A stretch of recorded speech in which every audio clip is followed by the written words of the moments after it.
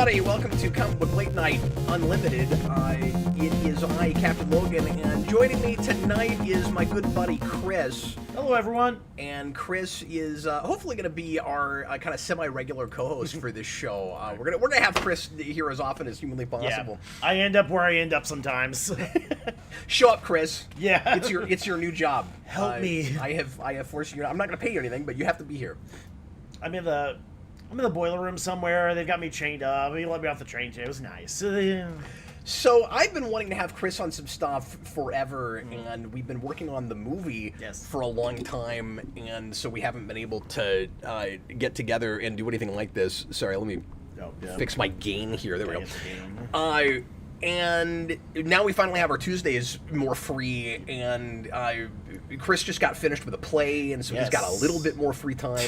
But anyway, so Chris is a big comic guy. I actually met Chris, and some of you guys might remember this. I met Chris, 3 years ago now? I think it was Fringe 2022. Fringe 2022, when we were doing King Kirby. And Chris, I was a longtime viewer of the channel who happened to be local, and I had not met him. And he reached out and he said, "Hey, we're doing this play about Jack Kirby. I'd love to have my cast interview with you on the Captain Logan show."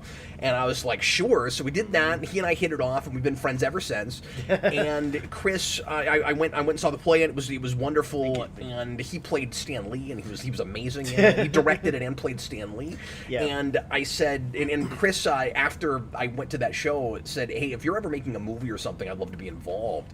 And so part of the reason I decided to make the Superhero Rewind movie is because I knew I had some help. And I knew that you had done some things like that before, and it felt a little bit less daunting knowing that I had a little bit more help on the project. I brought Chris in for that, and so we've hung out almost every week for the last year, year and a half, and here he is now talking comics with me. I thought this would be the perfect show to kind of debut Chris. So anyway, I hope everybody enjoys this. So the format of the show has not changed. It might be a little bit longer because I have another person. Chris has read our sampler book for tonight. A little bit later tonight, we're going to talk about, we always do this at the end, Chris, but a little bit later in the show, we're going to talk about the first volume of the New Ultimates book, which started in 2024 by Jonathan Hickman. And the only thing I had read from the New Ultimates continuity was the first issue of Spider-Man when it dropped, which is the first of those. And I thought it was great, but I didn't keep going with it because I had not been keeping up with current at all. And I was like, I'll get back to this eventually. Somebody will request it. And with Hickman too, hadn't come up. Hickman is always like, you gotta keep up. Like if you were reading like the X-Men Krakoa stuff like I was, and I wasn't even following that as close as I should have, when I read House of X and Powers of 10, all that, I had to like step away and be like, okay, what did I just read? Not in a bad way. It's just like, you feel like you need to take notes. You do, yeah. It's like I need to make like. Have you seen the photos of his outlines? Yeah, you have to do that too. Like, all right, so what's timeline 7, and what's we're in 11 now, but that's the last one.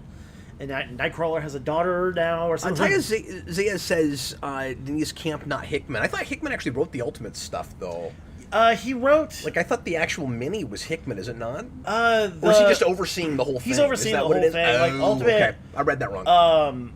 Like the Ultimate Universe comic that you actually remind me to read first. Like, oh yeah, I do. Oh, that's so probably good. Maybe Hickman wrote that, he but wrote not that, the actual and then Ultimate? Dennis Camp wrote what we read this round. Apologies there, I didn't realize that. But Dennis Camp, I mean, he's also, if I remember right, he's aping Hickman pretty well, if that's what he's after, because, and we'll get into this later, but particularly that fourth issue was classic Hickman. That felt like FF era Hickman to me. That is, there are layers to that one, too. You've got 4 panels, each in a different time period. Yeah, I know. That are all talking to each other. And, the dialogue is playing off each other, too. I will say, just one little... And for me, this breaks my heart. There were times where he laid on the plays on words a little thick. like in issue 2. Oh, where sure. No, I had that too. Now look, we'll talk about it. Yeah, we'll talk about it later. We're getting ahead of ourselves. No, we'll talk about it. But anyway, so we'll talk about that later, and we'll get into books that are coming out tomorrow here in a minute. That's how we always open the show. Chris, there's a bunch of stuff that was announced at Comic-Con this last weekend, and I thought about doing that tonight, but there's so much of it, I wouldn't even be able to do my normal segments. So Jason and I are going to actually tackle most of those tomorrow night on the Captain Logan show. I thought I would make that the lead-in topic for tomorrow night, because like I said, there's a lot of stuff, and there weren't a lot of announcements in other media that I really cared about covering. Like, the TV and movie side was kind of dry. Yeah, and that was especially impressive. And that kind of surprised me, too, because usually after San Diego, there's at least something out there, too. Like, new show, new season of blank. And there's maybe a couple of trailers, but they're not even posted yet. It's it's stuff that you can't even get right now. So I'll hit whatever is actually officially released later on when it's released. But I don't feel the need to make the lead-in topic tomorrow Starfleet Academy. I don't care. So anyway, we'll do that tomorrow. But there is one that I wanted to hit tonight, which we'll do after New Comics tomorrow, Chris, because it's a thing that I meant to bring up last week. Marvel's next big event. I don't know if it's all X-Men related, but they're doing a big slew of books with just goofy like fan fiction sounding titles, where it just feels like we're in an alternate universe. We're like, Marvel has degenerated so hard into self-parody. I don't know how they don't know it yet. I'm not even convinced that they're not just trolling us all, and they don't like money anymore. That's the sense I'm getting with Marvel right now, apart from Ultimate and some of the crossover stuff. Right. You know, like people are liking the Alien Predator crossover stuff. And the Godzilla stuff has been good. And like for the most part too, like just stuff I've been reading recently has mostly been DC, but specifically like the DC Absolute too, where you've got like those books that are taking, which is all I've been able to talk about so far on the show, because that everybody keeps requesting it. And when it comes down to like the basic mainline Marvel, I mean, what's really happening there? I mean, there's not like a whole lot that has really been standing out for me, and there's not a whole lot that I've really been following. I mean, and that seems true of everybody. I'd love to look at those numbers. They can't be good for most things. And like Marvel also had, and you don't even have a standout like you did several years ago, where like, for the most part, it seemed like nobody really cared, but then Donny Cates' Venom was on fire. What is that one book right now? That's a good question. Is there one? Is it even Spider? It's not even Spider-Man. Not even Spider-Man anymore, no, too. And like for the most part, there was like a little bit of a bump with the new Venom book, where you had like the mystery for a bit over who the new Venom was.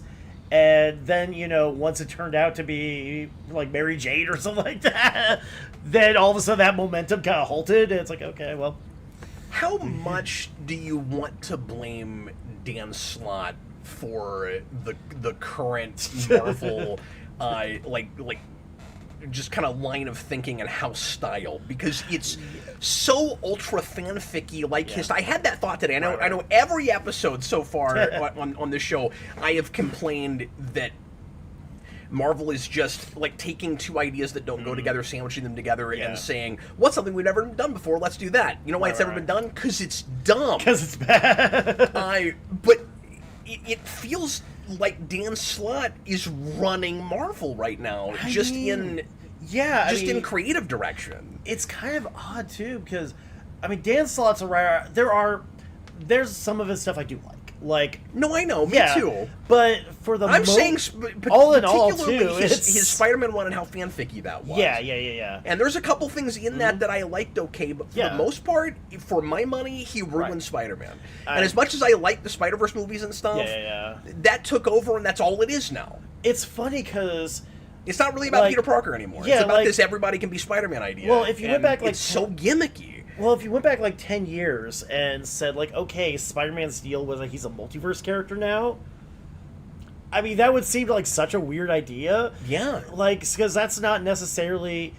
And, again, it's like comics, too. And eventually, somebody's going to have a multiverse. Somebody's going to have, your Earth 2s or your Earth 8592 or whatever they're up to now. Well, and you can track this back to lots of different... We'll get into segments here in a second. Yeah. You can track things back in lots of directions, Chris. Yeah. You can blame Batman for this because of how multiversal that gets all by itself with just, lots of different iterations of Batman in different universes to drive home the point that you can do Batman in 101,000 ways. Yeah. I've never felt like Spider-Man is that character, but it's like we can blame Batman at large, we can blame Morrison specifically. Yeah. With Spider-Man, in a way, we could almost blame JMS for setting the Spider Totem precedent. Yeah, which is not exactly multiverse, but it's just this idea that there's a Spider-Man that's going to take over, that. Yeah, well, I was just going to say the idea of like a cosmic spider theme thing that takes over. And I get the thinking with that too, because there's so many odd like animal characters. Like you've got the Octopus Man, you've got popular character Octopus Man who fights with, but you've got like Doc Ock, you've got the Rhino, you've got the Scorpion. So that's the Rhino. The Rhino. The Rhino. The Rhino.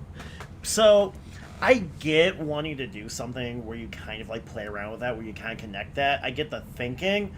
But then it goes in. We've opened the floodgates. We're now going to do everything. And of course, Spider-Verse had to turn into Venomverse. Why? Because it's popular, and that's the only reason.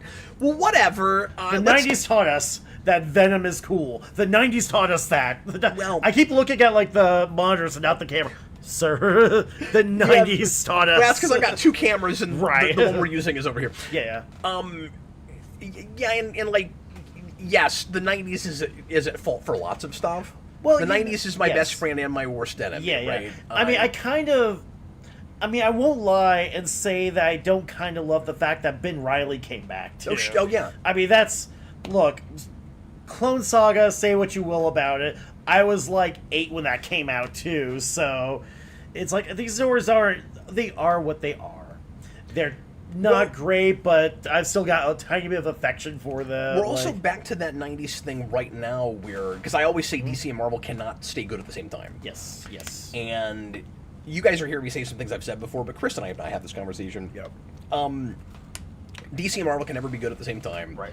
DC is firing on most cylinders right now. Yeah. And Marvel is in a bad way. Yeah. And that was mid-90s Marvel. The difference is there were, when I was a kid, and some of it's just, age and perspective and experience, right? Like, if I was the age I am now when Clone Saga and Maximum Carnage and Age of Apocalypse and all of that was going on, I probably would have found that stuff really gimmicky and dumb, but when you're a kid, it's cool. Yeah. But on the other hand, I think, I don't want to say objectively, but even at the age I am now, and this isn't fair because I have, this very subjective bias with that stuff in the 90s, I still think that stuff was more fun and felt less fanficky than a lot of what they're making right now. A little bit, yeah. And I feel like there was an actual audience, because they sold well. There was an audience for the stuff they were doing back then. Right. That they think there's an audience for what they're making right now, and there's just not. They're selling to people that are not there. Well, a lot of, like, Marvel 2 in particular, they're trying to do a lot of meta stuff, and they're trying to do a lot of...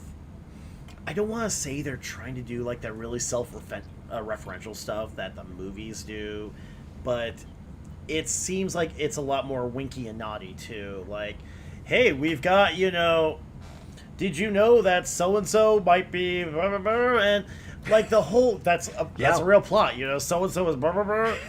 But, like... And I mean, DC. No, you're right. It's always on the last page. Who's it gonna be? Yeah, is that what you're talking about? A little bit, what it always is. And even like going back to like the Venom stuff too, where a lot of that was kind of an interesting mystery that drew people in, but instead of doing like the fair play mystery where it's like we've set up 3 characters, it's going to be one of them. They threw in like the last bit of change, and it's like this person wasn't even part of the story now. But even like think about a lot of multiverse stuff and think about Batman in particular. I didn't follow Chip Zdarsky's Batman stuff as closely as I wanted to, But I read a couple issues and I didn't like what he's doing. It was real gimmicky, and it was. I know I keep saying that, but I will say that it was gimmicky, but there is a part of me that just really likes that Batman Zurin R. So seeing Batman Zurin R 66, I can't stay mad at that. I can't, But I want Batman writers to come on and do their own thing and stop trying to be other writers. And that's not fair because I only read a couple of issues, but that's what it felt like. Just what I looked. Where it's like, he really likes Morrison, so he wants to be Morrison. And a lot, I feel like people come in and they want to be Snyder or they want to be Tom King, and I'm like, do your own thing. And that's why I'm kind of excited for Fraction. Which, by the way, and I'll talk about this tomorrow night. I didn't bring pictures up, and I'll do that tomorrow. Right. But oh my god, that costume. Have you seen it? A little bit, yeah. They're going back to sort of the blue or the gray, right? I mean, yes, but he's got a bat lift. Did you not see it? I didn't see the bat lift. No. Yeah, he's packing a bat lift, and all I can think of is, and I don't even know how it's legal and how they don't get sued, because he has legitimately a Klingon bat lift, a Star Trek property thing. So the only thing I can think is it has bat in the name. Legally distinct. It's a bat lift. It's a bat lift. Yeah. Anyway, I gotta show you this. I don't think I've seen it. No. See, I'm gonna type in bat lift. Yeah. Because you know it's gonna come up. Oh, it didn't. Oh.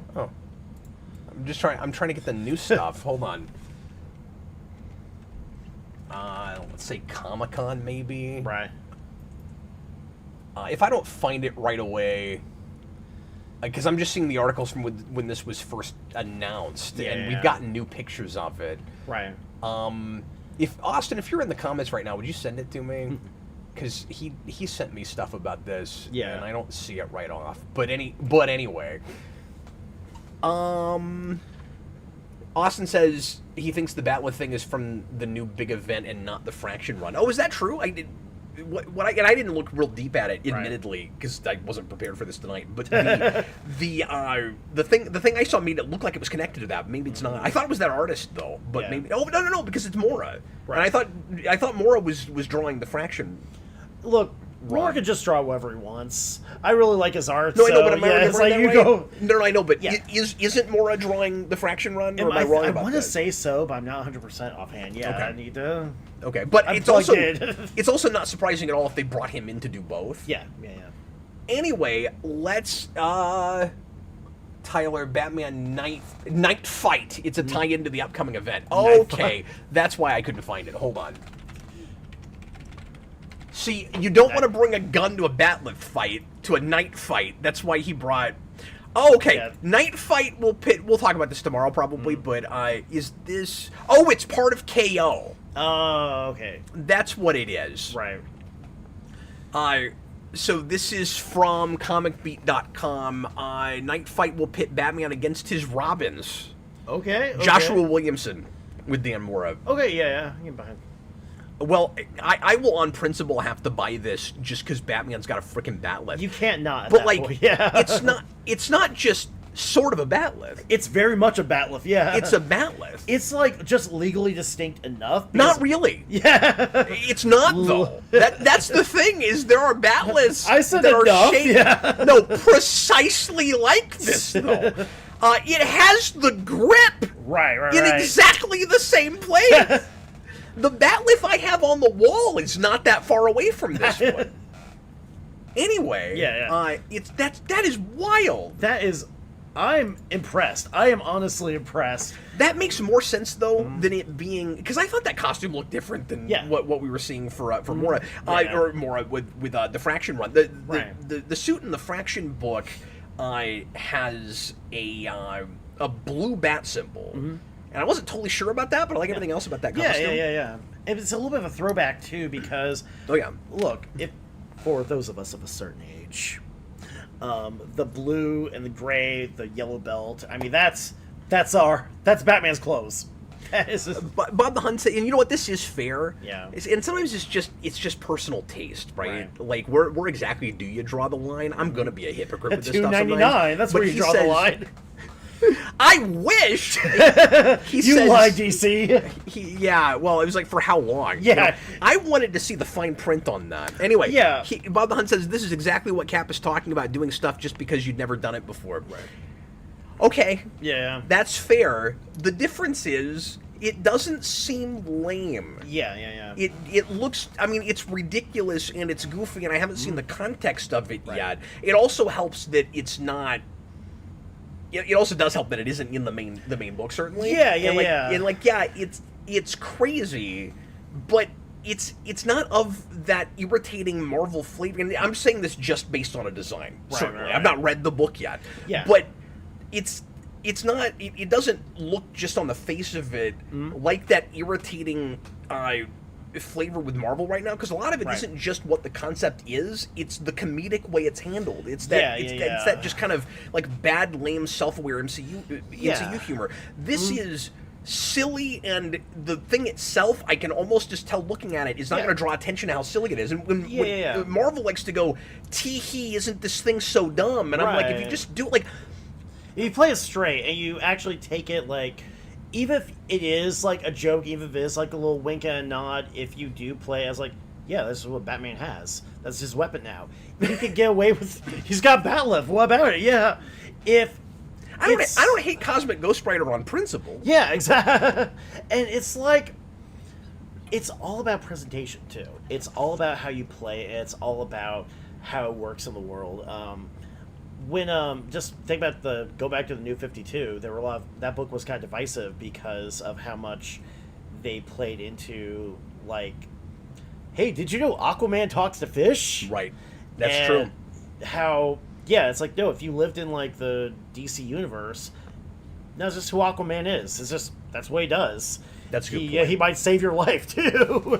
Which is sad and telling, because that was one of the only books in early New 52 that I like. Yeah, I know too. And I mean, it's funny because you look at like a lot of the New 52 stuff. Like, did you ever read Demon Knights? Not much, because I'm not an Etrigan guy. That's fair, yeah. But that was basically just like, let's just take a bunch of, in a way it was like kind of fanficky, but in a much better way. Because it's like, yeah, let's have Vandal Savage, Etrigan, and Shining Knight, and put them in a D&D campaign. Which is such a fanficky idea, but I think it kind of worked, too. And if you're, again, too, like, Etrigan's a character that's kind of an acquired taste in a lot of ways. Stop rhyming. Just stop. Tyler Zayas, the nice thing about DC KO is it's not trying to be a Civil War. And I haven't talked about KO yet. I'll talk about this on tomorrow. It's just trying to be fun character matchups. And again, doing that that kind of novel 90s thing of pit characters up against each other, who's going to win in a fight. And like, that stuff is fun on a real surface kind of level. I mean, that was Secret Wars. And I enjoy it every now and I enjoy it every now and again. It's a guilty pleasure thing. And like, obviously I don't want everything to be that, and it's bad when we learn the wrong lessons from that. But this is Snyder kind of doing his metal thing again. And like, Metal was one of those Metal books. was all right. Death Metal I couldn't get into. And then this is like, let's do comic book fighting game. I can get behind that. That's fun. Sometimes you just want to see your action figures smushed together. There you go. You just want to see Captain America bang up against Iron Man. And even though, say what you will about Civil War, but... And Austin saying the same thing you did. That KO looks like DC's equivalent to the original Secret Wars. And that's kind of right. But with more of that, like... I know I keep saying 90s, but that kind of like 90s edgy, like, isn't this cool? Kind of thing. And it's... it's very throwback, and everything's throwback now, but they're throwing back to stuff I like, so it's hard to say say no to it. I mean, that's kind of a nice thing, too, is like, the folks who are writing now are like folks our age, who grew up with like all the same stuff we did, who grew up with like Death of Superman and like the Morrison stuff. And I get a lot of the impulses, like you're saying, like, hey, don't try to be Morrison, only Morrison is Morrison. But I get the impulse of wanting to go back and look at, like, this worked, I really like this, and there's a lot of ideas on the table.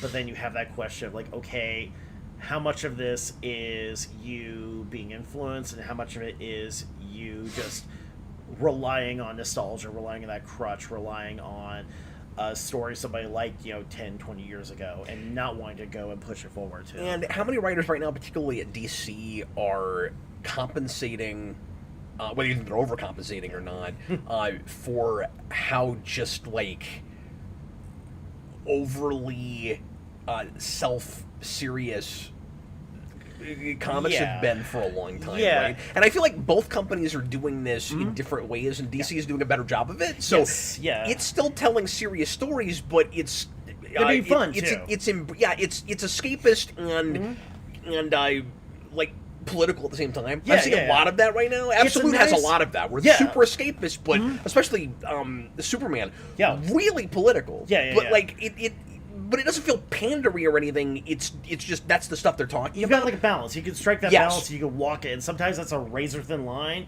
But when you could do it, and especially when you could do it in comics, where one of like the best quotes I've ever heard about writing superhero comics is you make the metaphor literal.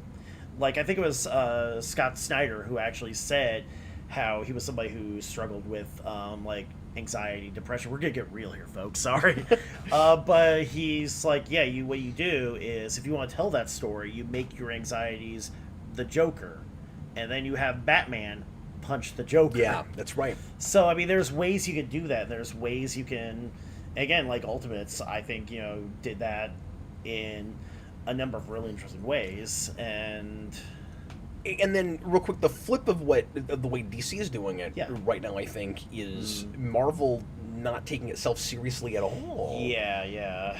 I mean, and when they do, it feels really heavy-handed to me. I mean, it's like a balance too, and you're right. Like DC and Marvel never really are. They're never good at the same time. Good at the same time, and it always seems like when one company is spinning its wheels, you have the other one that's picking up all sorts of slack too. You have like who are pushing their stuff forward, and it always goes back and forth, and it's funny too because one of the things that you started seeing a few years ago is like a rise of a lot of all ages books too. Yeah, when you had because my, I have a cousin who was born in '97. We were trying to do, everybody in the family was like, look, we all learned to read with comics. So when we were trying to find something for like a kid in late 90s to learn how to read, like what was there? And then we ended up just getting like an Incredibles book too. So I think this was like early 2000s now. Just time doesn't work like it should anymore. Well, and with that real quick, all of the indie companies pick up the slack for that because DC and Marvel have not been as interested in it. And like they've got their pockets. And when I was more into current, of course I'm jumping back in feet first right now. But 10 years ago, DC did a better job of it than Marvel. Tiny Titans and stuff like that. Yeah, Tiny Titans. The Scribblenauts book was really good. They had stuff like that. It was like Johnny Constantine or something like John Constantine. Sorry, my mistake. Oh, I never saw that. That is a real thing. There is awesome. Johnny Constantine where like he sucks on a lollipop the whole time. Was that in Tiny Titans or was that its own thing? It was its own thing, if I remember right. I've never heard of that. That's awesome. Yeah, I mean, and the fact they made like a kid's book out of like Hellblazer. That's awesome. Okay, we've got to get into segments. We're already half an hour to the show somehow. So let's look at books for tomorrow, Chris, and we're going to see if there's anything that jumps out at us that we really want to buy. Okay, yep. I've been trying to limit myself to 3 or 4 a week. Yeah. The last couple of weeks I've not done a very good job of that. I've bought more than that. But fair, let's see what's coming out tomorrow. And I've been stacking my pull. I've got too much on my pull right now. Yeah. Let's see what is going on tomorrow. And as always, I haven't looked at this yet, so we're doing this live as a reaction. Let me also say, as always, real quick. Sorry, before we get into this, we do have a super chat. And I forgot to read it. As always, if you, quick plug for the Super Chat goal, if you would like to pick the next book that we review for next week, you can leave a Super Chat any dollar amount. And, of course, as always, that guarantees that we will talk about whatever topic related to this that you want us to talk about. But you can also, at the end of the show, and it goes collectively, if you want to leave multiple Super Chats, whoever has the highest super chat of the night will get to pick what we do for next week. So today it's Ultimates, and I don't know if I wrote down who requested that last week. Apologies. It wasn't Dan Schneider. Who was it? It wasn't Chewbacca's. I forget who it was. If you're here tonight, let me know. Apologies. I forgot to write that down. But you can pick that for next week, and it just needs to be a book that I haven't delved into yet on this show, because we're always sampling the first volume of something, and it can be from any comic company, and it just has to be within the last 3 years or so. I want to keep it kind of recent. Okay. That super chat was from Bob the Hunt, $2 super chat. I'm just going to say it, MCU ruined the comics. I will say, too, that, like, whenever any sort of big movie comes out, whenever there's any sort of big movement in Hollywood, the comics always reflect that a little. Like, I remember after Batman Forever, there was a Catwoman comic where she fought Two-Face. Yeah. And Two-Face was in, like, the purple outfit, and... No, and that kind of synergy makes sense. Yeah. But he's not entirely wrong as far as the way Marvel handles it. Yeah. Again, versus the way DC handles it, especially more lately. Right. Because I think it's affected the flavor of the books overall too much. And I think, too... Again, it's just that self-aware thing. Yeah. And actually, just going back to Morrison, too, when The Dark Knight came out, that's when they brought back Batmite. Yeah. Which I can't complain too much about. I love my silly 60s, Silver Agey stuff, but, but it was such, like, a departure from, like, the really grounded, your Heath Ledger Joker, where he's just a guy with scars. But the difference is with that. Sorry, just to kind of keep us on track. We're going.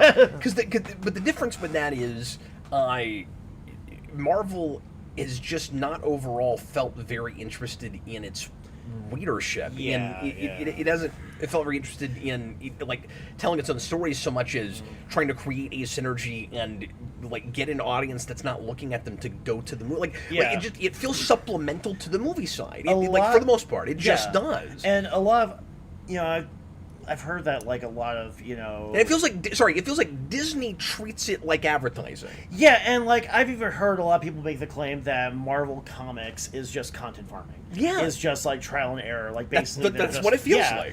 And because like the MCU, and that's how Disney talks about it. Yeah, The corporate heads there bring up the number of characters they own way too damn much. Yeah, and that's even kind of. I don't know what's going on inside, like, the Marvel bullpen anymore, too. I don't know if... I say anymore, like, hey, it's me, the insider here.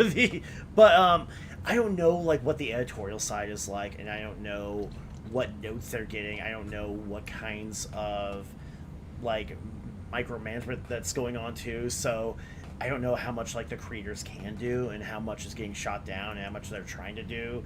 But you could definitely tell that, Disney does kind of have... I don't want to say their finger on the scale, but they definitely have their idea of what Marvel should be, and they have, like, they've got their content farm. They've got their testing kitchen, and it's like, okay, this will be the next big movie in, like, phase 32 or whatever. Dan Snyder, $2 super chat. We know for a fact Disney doesn't respect the comics. Well, yes, clearly. That's probably just by and large. Like, and there's just been story after story with the way they deal with comic creators. As far as their movies go, and the whole fiasco not too long ago with Deadpool guy. There's a story about why can't I think of Ryan Reynolds Liefeld. Oh, Liefeld. Oh, yeah. There's a story that Robert Kirkman tells that I guess he was brought in to do something. I forget what book it was, and they told him that, okay, just do whatever you want, use any villain you want. He's like, okay, I want to use Doctor Doom. Can I use Doctor Doom? And they're like, yeah, go ahead. He writes a script, turns it in, editor comes back, says, hey, book was great, just a few notes, don't use Doctor Doom. Yeah. So... Tom Brevoort has basically said the comics are just farming ideas for multimedia. Yeah, I don't even think it's really a secret anymore. Yeah. Okay, so we've got to get into stuff. Yeah, sorry. Here are the comics for tomorrow. Okay. So, Ultimate Spider-Man 19. So there's been a lot of talk that the Ultimate Universe is ending. And I don't know if it's confirmed for sure that Ultimate End, or whatever it's called, is actually finishing the Ultimate Universe. Yeah. Do you know what we're doing with this yet? I gotta be honest too. Like, I remember when Ultimatum was supposed to be the end of the Ultimate Universe. Right. So well, yeah, but maybe you're gonna see like Spider-Man eat a wasp or something like that. Who knows? No, but all I'm asking you is, have you heard any confirmation that that's actually what that's about? I haven't heard any confirmation. I just haven't seen what that's supposed to be. Yeah, like I haven't personally heard any confirmation about that too. But the rumor right now is the whole thing is just a kind of a 2-year job and then it's over. And I'm wondering if that ends up being true. I'm wondering if that was the plan all along. You can see that. People seem surprised and irritated about it, where it's like, it seems like the only cool thing you guys have going on. Like, why would you end it? Yeah. And we'll talk about this later when we get into Ultimates, but the premise of it feels finite. Yeah. Well, they even have a countdown in the book, too. I mean, the whole thing is like, well, 12 months left. Well, Ultimates has a countdown, but I don't know if that necessarily means that you couldn't keep it going, because once they, like... Could you take out the Maker and then actually keep that world going? Right. I would assume you would think so. Yeah, a good writer could. But the worry is once you get, because real quick, if you're not familiar, the premise with New Ultimates is the Maker recreated the universe, sort of like Doctor Doom with Secret Wars, and made it so that there are no superheroes, and then Tony Stark sends back dossiers that he somehow gets about what the superheroes are supposed to be if the universe worked out the way the first time around, like what everybody's actual destinies are supposed to be. Right. And most of them ignore it and don't actually, because he's trying to kind of get them to manufacture their own origins, which is a really fun idea. Yeah. And Spider-Man does it, and that's why that's the first book, and it's kind of a mystery as to how he got that information, and then Ultimates tells us what it really is. Yeah. Well, anyway, it feels like a finite idea to me because, yes, a lot of heroes get kind of new origins and get there in different ways, but more or less when it's all said and done, it feels like you'd kind of be back to a real standard status quo, or at least not that far away from, well, I was going to say what the old Ultimate Universe was. I guess it would be kind of different. And you also have an America that's not America. So you do have that, but it's like once you take down the evil cabal of supervillains and you get rid of the Maker, is there enough of a hook? Because I feel like the hook is the basic premise. And it does feel like a finite, like, big event. And the other problem with it too is it's supposed to be, if I'm understanding it correctly, because this is Hickman crazy gobbledygook. And I like Hickman. But he's, like, I think probably self-admitted real convoluted. What it reads like it's supposed to be is a finite, again, 616 universe that has been changed, that will eventually be changed back into what it currently is. So those things are kind of just happening simultaneously. Like, the assumption I'm making is everything we're reading right now is what that world was before it got fixed, and everything you'd be reading in 616 is just after it got fixed. Exactly. How far do you take that before the universe gets remade back to 616? So if the plan was always 2 years, that computes to me. And I know with the first round of the Ultimate Universe too, that after about like 8 years, when they're near that decade, they're like, okay, this has gotten too far, too convoluted. Like, the whole point we had the Ultimate Universe in the first place was to have, like, a nice entry point. So I could see them wanting to put a cap on it, too. The difference, though, is, and that's actually something I like about this, is I don't think there really is, like, not to just be contrary. No. I don't think there is really a direct comparison with the Ultimate Universe. No, I'm just kind of saying, too, like, ideas that they're probably in the back of their head when they're putting this together. Well, maybe, in that, it could get too convoluted, let's just make it an event in the first place. But the premise of it, and this is what really sets it apart from Absolute, is it's for diehards. I mean, like, you have to already know what you're getting yourself into before you read this, and you have to know stuff about 616 and the old Ultimate Universe. So I'm not saying the old Ultimate Universe isn't connected to this. It absolutely is, but the point I'm making is the initial setups are completely different. Like, the point of it is different. The original Ultimate Universe was to bring in new readers. This is, I would say, to bring back people we lost. I mean, that is true, because, like, look, you have to know who the Maker is. It's a jumping on point for people that haven't cared in 8 years. It's not a jumping on point for anybody that's never read a comic book. No, this isn't. If it's somebody's first, not that. If it's somebody's first comic, It's like, so what happened with what? Okay, what else is going on tomorrow? We're finally finishing DCX Sonic the Hedgehog. I have spent way too much money on this series. I have bought the first issue 3 times for variant covers. Nice. There's probably another one that will come out that I'll get again. Yeah. I've loved the covers for this.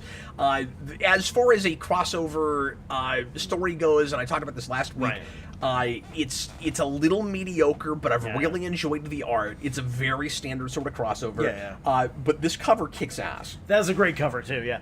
I haven't actually read super much of this at all, too, even though, like, look. Did the look again.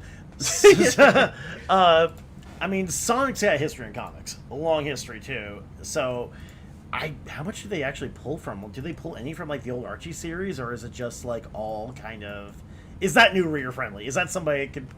Well, yeah, sure. Yeah. And I mean, like, the IDW series is 80 issues in, and it's still that writer, so, you know, it's certainly looking at that more, but I mean, it's not really dealing with any recent events or anything. I mean, it's just, you know, 5 or 6 characters that they could make, that kind of... That work. Well, I was going to say they could kind of parallel Justice League characters and then come up with an excuse to have them wear their clothes. Because they don't amalgamate them. They just go, and I talked about this last week, but they just go, let's trap the Justice League in Sonic's world and then make the Sonic characters wear their costumes to replace them for a while. Right. Which is silly because you'd think everybody would go, we're not even sure if Superman is dead. Knuckles, why are you flying around in his costume? Like, all they had to say was it's as a tribute, but they never say that. They just do it, and it's weird. But anyway. Sometimes you just gotta wear a super suit, too, you know? But that fits squarely... Well, it's weird because it was Mr. Terrific's idea. He just goes, you should wear their costumes. And they're like, okay. You know, he is the 3rd smartest man on the planet, and the best part of the Superman movie, so... Well, the breakout star, so, let him have it. The way you know he's smart is because he understands the difference between spheres and circles. Yeah, exactly. But anyway, that... for me, falls squarely in the category of more fun to collect than to read. Yeah. But I have been collecting it, and I've been enjoying that. Titans has an annual tomorrow, if you care about that.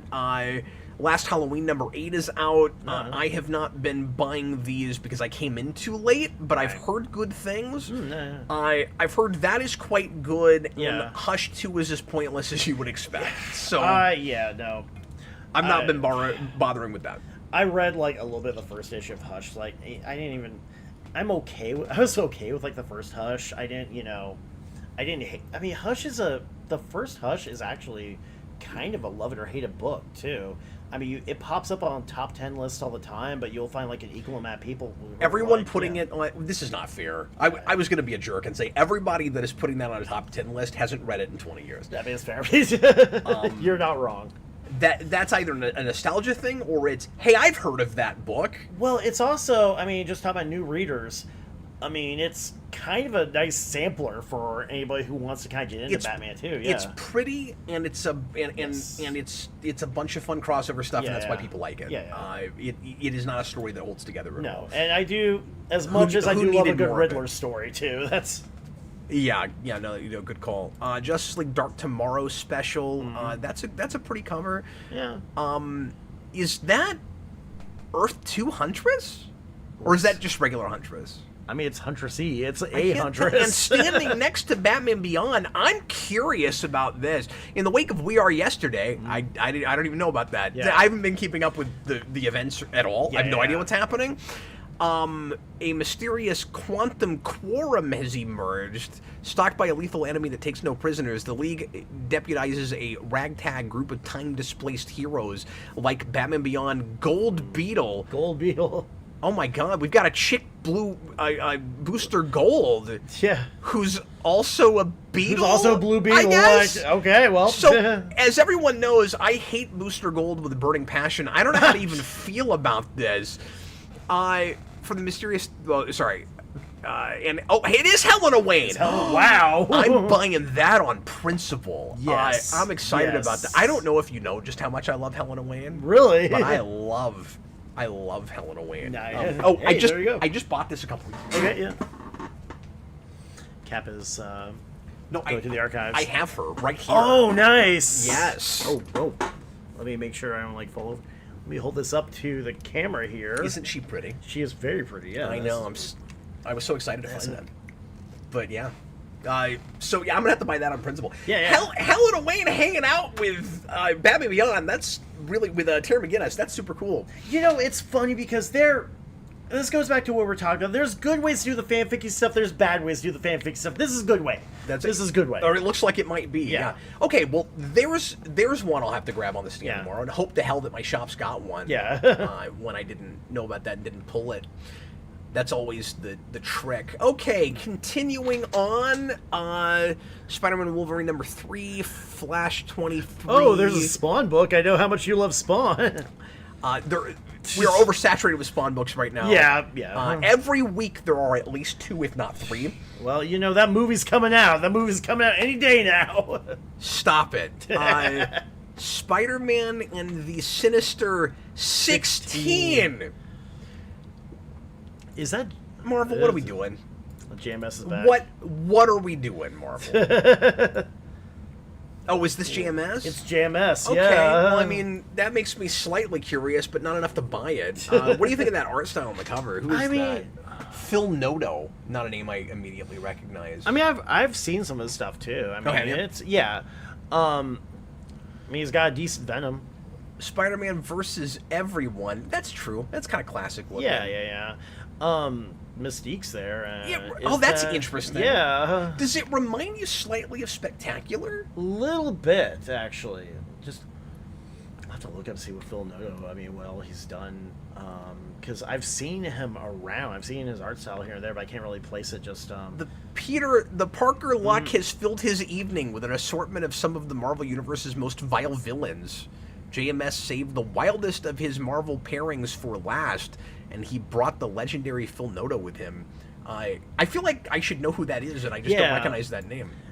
It's something too that we'll probably like. I'm a fake at midnight tonight. It's gonna hit us like, oh, that's what he did. I'm such a fake comic person.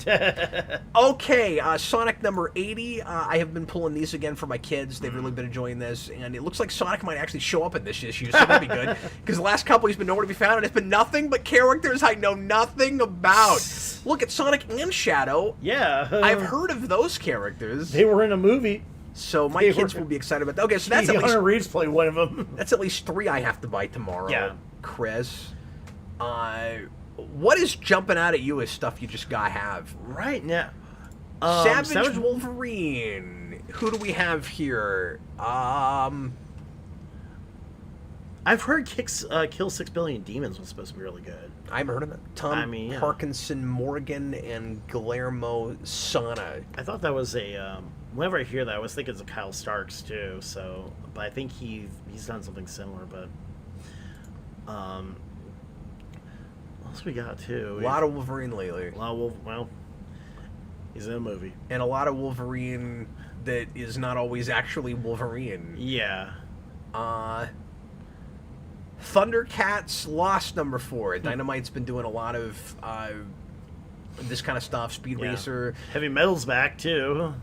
Yeah, so I got the Powerpuff Girls Thundercats crossover. Right. I'll show that later. And that Thundercats is not a thing I've ever really cared about. Yeah. But they're crossing that, and they're doing Space Ghost and Johnny Quest. And I don't really care about Johnny Quest, so I didn't buy that. But I have been buying Space Ghost. Yeah. That's making me hope against hope for a Powerpuff Space Ghost crossover. I really hope that happens. Oh, yes, yeah. That would make me very happy. Look. I'd be so excited I would start coughing like Look, yeah, it just ruins my lungs. Speaking of, there's that Johnny Quest crossover, and they've had cool covers. I'm just not a Johnny Quest guy. That's fair, yeah. I haven't, I picked up the first issue of the Space Ghost reboot. Oh, Joe Casey, though. Yeah, well, he did. I might read it. I'm probably not gonna buy him. But I was gonna say, didn't he do the Space Ghost in the 2000s too? The first one. Where was the reboot? Where maybe that was Joe Casey. I can't remember. I've got it. Yeah. It's just been forever since I've read that. What? Oh, else? Godzilla versus Boston, because Godzilla's on a world tour. He coming is. to Kansas so City. He's going to all these different cities. Yeah. It's Godzilla versus America, and they're all one-shots. Yeah. And apparently... Are they by, like, local... Just for folks that haven't heard yet. Well... That's what I was going to say is they're all several stories by different creators, so I don't know if everybody working on them is local to that place. Right. But I do know that Freddie Williams is doing one of the stories in the Kansas City one, and he is local, so I'm gonna assume that they are. Buster Moody, who's also a local creator, did some of the covers too. I mean, he's done like Task Force Rad Squad. He did a book that we can't say the title on the show because this is a family show. It is expletive deleted Dark Knight with like Jim Mathis and stuff like that. Oh, too. Okay. I didn't know that. I will have to show you. I think I actually have that. We actually used that as a prop in the play we just did too. That's funny. Yeah. Well, I would. I went ahead and pulled the Kansas City one. Jason found out about it before I did. He was like, "Yeah, we have to get that book." So it comes out in like October, I think. So I pulled October, November. Yeah. So I pulled that, and that was exciting to me because our city never gets acknowledged in anything. No, and we're actually we're a hotspot for comic creators. Yeah, I mean we got Jason Aaron. Yep. We've got Dennis Hopeless is here. Yeah, Matt Fraction actually lived here for a minute, and Kelly Sue Connick actually in a book she did wrote about how her first baby was born at the Shawnee Mission Hospital too. Oh wow! Yeah, I didn't know that. Yeah, and we have a lot of people really close too. Like Kansas City is a hot spot. Yeah. St. Louis is a hot spot. Yes, Cullen Bunn is out there. Cullen Bunn, yeah. And he gets he gets up here every so often. Yes, he does. Planet too. And there's a lot of people in Iowa. Andy Parks is also, I think, up in like around the Lawrence area, if I remember right too. Oh, is he? I didn't know that. I think so. I mean, I don't know where he actually lives, so if he's not, but yeah, I think he's fairly local. So I haven't called out any like creator-owned indie stuff. I don't know if there's anything jumping out at you. Something called The War at Boom. Oh, it's Garth Ennis. So I mean, Becky Cloonan and Garth Ennis, so it can't be too bad. Collects the War number 1 to 3. I keep seeing this where you'll have a creator-owned thing I've never heard of, and I'm like, oh, good, it's the first issue, and then it's a reprint or it's a collection or something. Well, what's the joke that if you're a comic publisher just starting out, all you have to do is write Garth Ennis a letter, he'll send you a World War II script? I mean, look. You'll do bad things. You'll do bad things. Let's read the premise of this.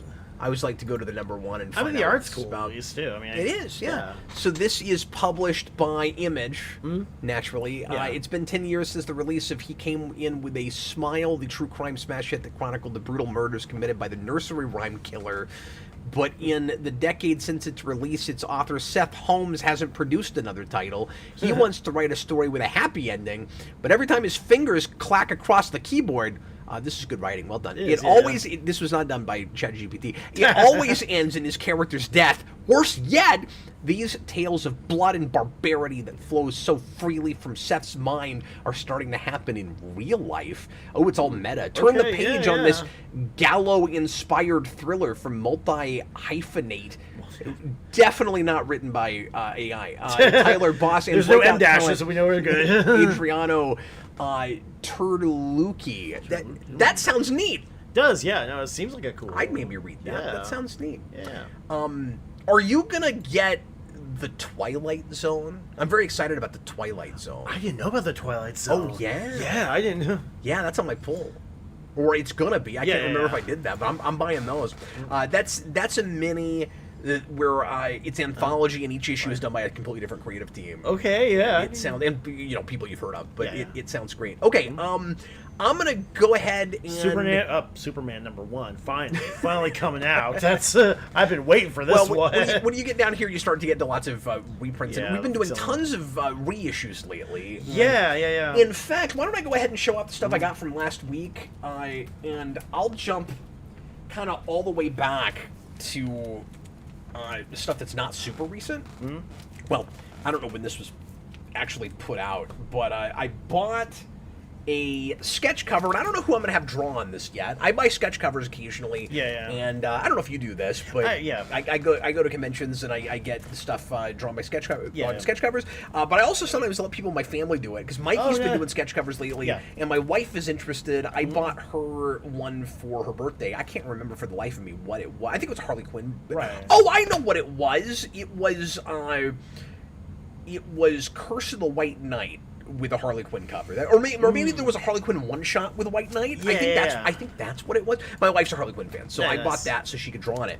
Anyway, but this is a reprint of Batman Adventures 12, which is, of course, the first appearance of Harley Quinn, and is a preposterously expensive book, despite the fact, like the real first printing. This is just a reprint that came out recently. And it is preposterously expensive, despite the fact that there are plenty of these running around. And that kind of thing drives me crazy. It should not be worth what it is.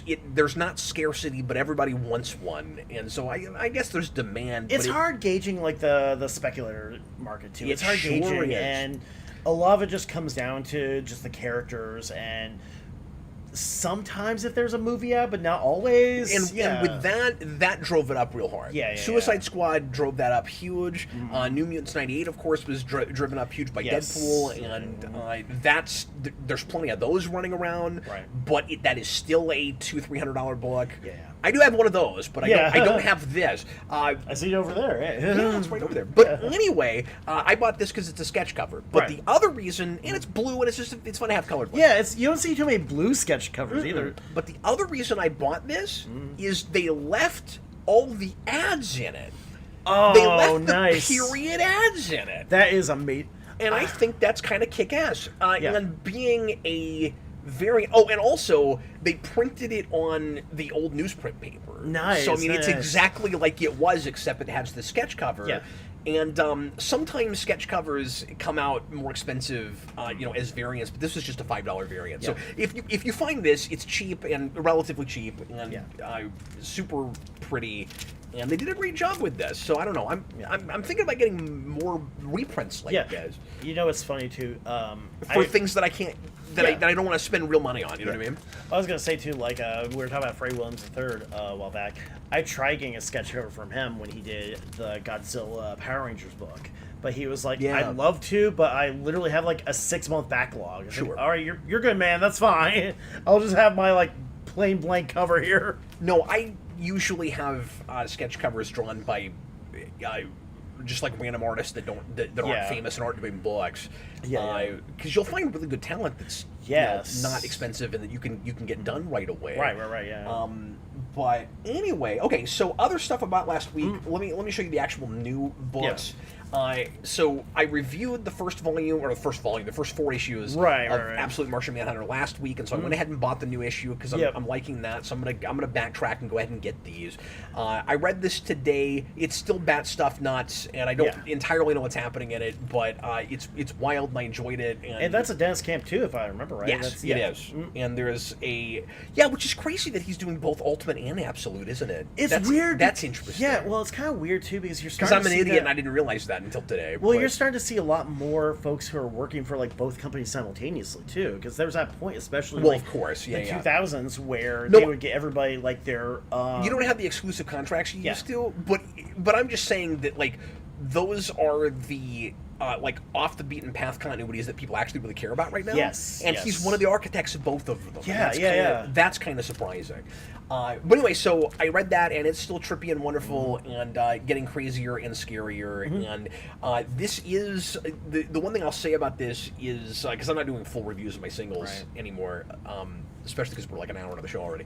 But I will say that this is part of the strategy that they've got right now, where the Absolute books now, several issues in, are finally starting to talk to each other more and are more connected to the overall continuity. So there is seemingly a reference at the end of this to the initial setup to this universe in the first place, which we had not really had with these, and we're about to have Batman in Absolute Wonder Woman, or maybe that happened already. I can't remember because her book came out last week, but I don't know if that was the issue or if it's later. But anyway, you think Batman here? they're starting to cross and talk to each other more.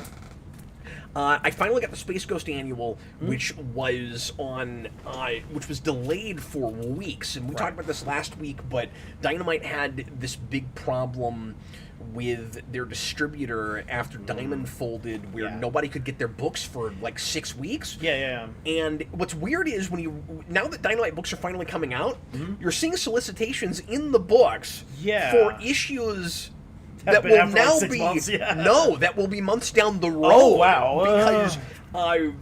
Because I also got, like I said, Thunderbolts Powerpuff Girls. There's an ad for the 3rd issue of this in here, and this just came out. And then there's another one, I can't remember what, that's like several issues in that. Oh, I know what it was. There was one for Captain Planet number 5. 2's not even out yet. 2 isn't out. Yeah, it's hilarious. That's good, because I've got issue 1 somewhere, too. It's like, I need to finish this, but, like, I got at the same time as, like, Absolute Martian Manhunter. It's like, yeah, I'll read this later, too. I got at the same time as, like, no, it wasn't our Absolute Martian Manhunter. It's the one where they introduced Nosferatu Mr. Freeze, too. The Absolute Batman with Victor Freeze Jr.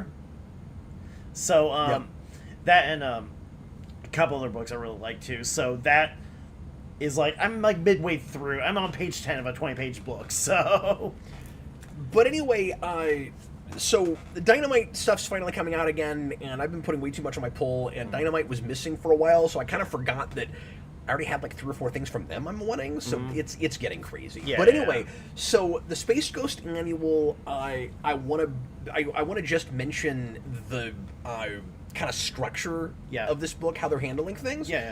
Because do you have to get going? No, I'm good. I just get like stuff to my watch. She was like, "What's going on?" I just want to mention how they're structuring this because I didn't realize it. So I knew that this book was supposed to be ending with 12, and it had an annual, and I didn't know if it was going to keep going after that. The annual reads as a season finale, like it's a TV show. Really? Which is really cool. And then at the end of the book, they advertise for the next series as season 2. Okay. So they are putting it out as seasons, and the issues have been more or less standalone, and it feels like a cartoon show. And it's really cool the way they're handling it, where you'll have 2-parters, but they treat them like 2-parters. And other than that, there are standalone issues that are still kind of serialized. There's an overarching story happening, but it's one story beginning, middle to end. And then you get to the end of this, and it's oversized. So this is a $6 issue, but there's more pages, and it's a culmination of everything that's been happening. And you finally learn what I just read this today, and I haven't read the last 6 issues, but I went ahead and read this because I bought it. I was curious as to what they were doing with it. And annuals are usually kind of their own off the beaten path thing. So I didn't expect it to be the end of the season, but I was like, spoilers, whatever, I'll go ahead and read it. So I did. And I've already read the first half, and it was kind of easy to jump into this. But they finally revealed the mystery of what exactly Blip has been as a genetically engineered thing, and what the big mastermind plot has been, and the entire Rogues Gallery appears because they're all being mind controlled. And so it's fun to see that because this art is beautiful, and so Brack doesn't get to do any cool Brack things, but he's there. And anyway, it's great, and they're going to continue it into a second season. They have a setup at the end for that. I love this structure, and I want more things to do it. That's awesome. And especially with like a lot of, again too, we're just talking about continuity, how twisted that can get when you have something that you can actually sort of keep in line and sort of keep it organized too. When you're telling that story, that helps with like hopefully would help with new readers. But here's the thing too, like whenever anybody in comics talks about new readers, it's always like they're the Mothman. It's like those new readers are out there. They just you have to go under a full moon in the Virginia woods. The only thing I will complain about with how they're handling that is they renumber into their second season, and I wish from the beginning they handled it the same way that Injustice did, where it's just year 1, year 2, year 3. If they're going to do the season model, just say Space Ghost Season 2. Give it a slightly different title. So that you won't confuse anybody with the relaunch, and where you won't look like you're money milking. Because I complain all the time about only getting a year in and then renumbering already. Those issue 1s, that's the one you gotta get. Just to overinflate issue 1 numbers. I don't like that. I mean, how many Marvel books get past like issue 20 anymore now? Well, and now they do the stupid legacy numbering thing where they say like, well, it's both this number and this. It's stupid. DC, the triangle era of Superman, everybody. There's another thing where DC has the better model where they say, screw it, we're just going to keep the numbers going. But I'm fine with the renumbering. I just wish the title would change and just say Season 2 this time, because that's what it is. I have not read this yet, but I bought it because I collect Powerpuff, and I wasn't sure I was going to because I don't care about Thundercats, but the art's fun and it's Powerpuff, and I own most everything in comics Powerpuff except for some of Dynamite because I wasn't collecting, and now I'm back into this, so I'm going to go back and get all those. But whatever. Real briefly, I'll go through the other random back issues I bought last week. I bought some really crappy looking Venom things. I know they're bad, but I liked some of the covers. Particularly, and as you know, I buy for covers. So I bought this variant of Venom War #2 because it was half cover and it's hilarious. It's a good cover. If there was a book where the interiors also all looked like Funko Pops, I would probably read that. But anyway, I just bought that for the cover. I thought it was great. And then I bought Venom War Zombie-its because I've been collecting a lot of zombie variants lately, and that's one of those. I don't even know if I like this cover. But I've been it's just one of those. Things. It's like, I respect that it's there. It's fine. It is, Yeah, I don't know. Hey, here's a milestone no one will care about. I finally bought the last issue of Red Lanterns I was missing. Hey! So I have all of that now. Yeah. And I bought a random issue of Superman that I was just gap filling. I don't even know why I bought specifically this issue. But it's a cool cover. And then what else did I buy? Don't judge me. I don't know why I bought this. I like Deadpool and Wolverine fine. So I bought a cover with Hugh Jackman Wolverine wearing his mask. Because it was half cover and I liked that movie. I thought I would represent it in my collection in some way. They got him to do like a CGC signing too. Oh really? Yeah, like I know somebody who's really big into flipping comics too. Like straight up has a press to like smooth out any like spine tick stuff like that too. But he shows me his book. And he's like, okay, do you know who all these creators are? I was like, yeah, I mean, I think he had like Claremont too. I think he had like, I don't remember if it had like John Romita. I forget who it was. Like, okay, basically had like the writer and artist, and it's like, I don't know this third one. He goes, Hugh Jackman. It's like, okay. So yeah, they got Hugh Jackman on board to do some signings for whatever Wolverine books you had lying around too. So that's kind of cool. Yeah, I mean, it's funny because I know that with CGC has like all sorts of like rules and all sorts of like little check marks and checklist stuff they have for signatures, and that it will actually decrease your score unless they specifically approve who signs it. So you have to like mail it in addition to getting it rated. You also have to pay the fee for like Claremont, or like I think Frank Miller's even done some. They're gonna find every way to nickel and dime you. Yeah, basically. And like, but apparently, Hugh Jackman was on board. Let me finish this off. So Venom #1, Al Ewing. That's an okay cover. Yeah. I do collect Venom stuff. I don't need everything now because it's so oversaturated. I don't know if you know this. At one time, I owned every issue with Venom on the cover. Pretty much. And when we got into Venomverse and all of that, I finally, like, after Absolute Carnage, which is now an odd title. Yeah, I know, in retrospect. Now that I'm thinking about it. I was, like, I bought all of that, and then I went, I think I'm done. Wasn't there a minimum... Every now and again, if I find something cheap and it looks kind of cool, I'll go ahead and get it, because I do collect Venom, but I'm not completionist like I used to. I was going to say, wasn't there a Minimum Carnage at some point? Yes. Just like a one-off? Yeah. Well, Minimum Carnage was... I'm trying to remember if that was a miniseries or if it was inside of a book. Oh, I know what it was. Yeah. That was one of those bookended... Sorry, I'm having to go way back now. No, you're good, this was 12 years ago? Yeah. 10, 12 years ago? But, Minimum Carnage did the bookend one-shot thing, where there was, like... I don't know if they did the Alpha Omega thing, but it was if they called it that. But it was essentially that, and then the rest of it was inside of other books. Right. I think. Which that was kind of fun. I mean, I like the idea of doing like Minimum Carnage just having to be like backup titles, like 5 pages. Well, it wasn't that. Yeah. It was just a series that went inside of other, or it was a story that went inside of other series. But yeah. I think it was just a crossover with Microverse. Isn't that what it was? It was like Carnage goes to the Microverse. I think it was that. I mean, look.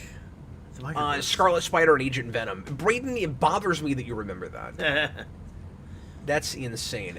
Austin, you need Godzilla vs. Spider-Man for Venomzilla. Yes, that is on my radar. I will get that. I showed everybody this last week, but I bought the X-Men Godzilla one-shot. Yeah. And I'm not going to get all of those, I don't think. Austin has told me that the first issue of Godzilla Destroys the Marvel Universe was not great.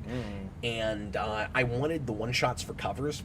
So I don't know if I'm going to buy all of it. I think I'm just going to get to get the ones I want, but... He said great things about the Fantastic Four one, though. Just because it was free at my store, I grabbed one of these Image First Spawn #1s. But once again, I like the way they're reprinting these. Yeah. Because it's the same kind of pages that it was before. This is not reprinting everything from the old book, I don't think. So this doesn't have like the ads, so you're not. It doesn't have the ads. Yeah, you're not going to find like an NBA Jam, section there.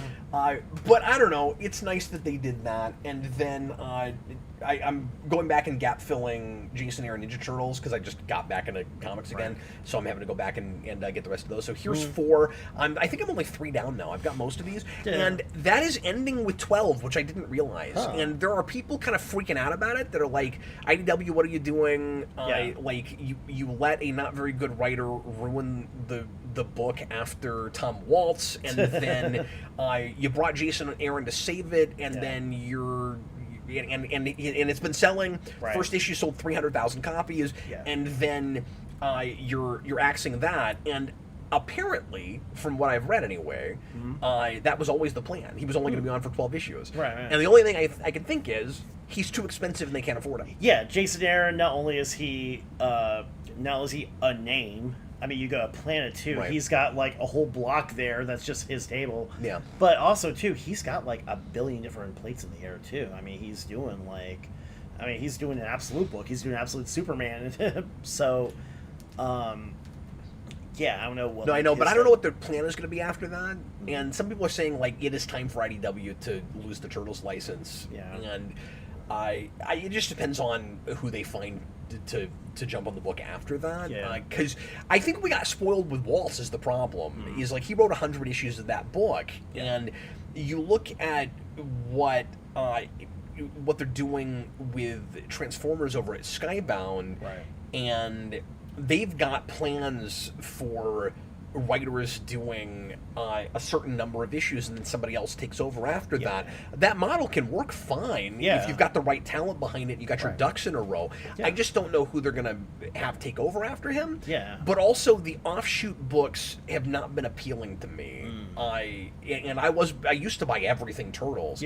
But like I looked at the art with the Night Watcher book, I can't get excited about it. It's a cool idea that they made that. Like Raphael as a superhero, going back to that 07 TMNT idea. That's cool.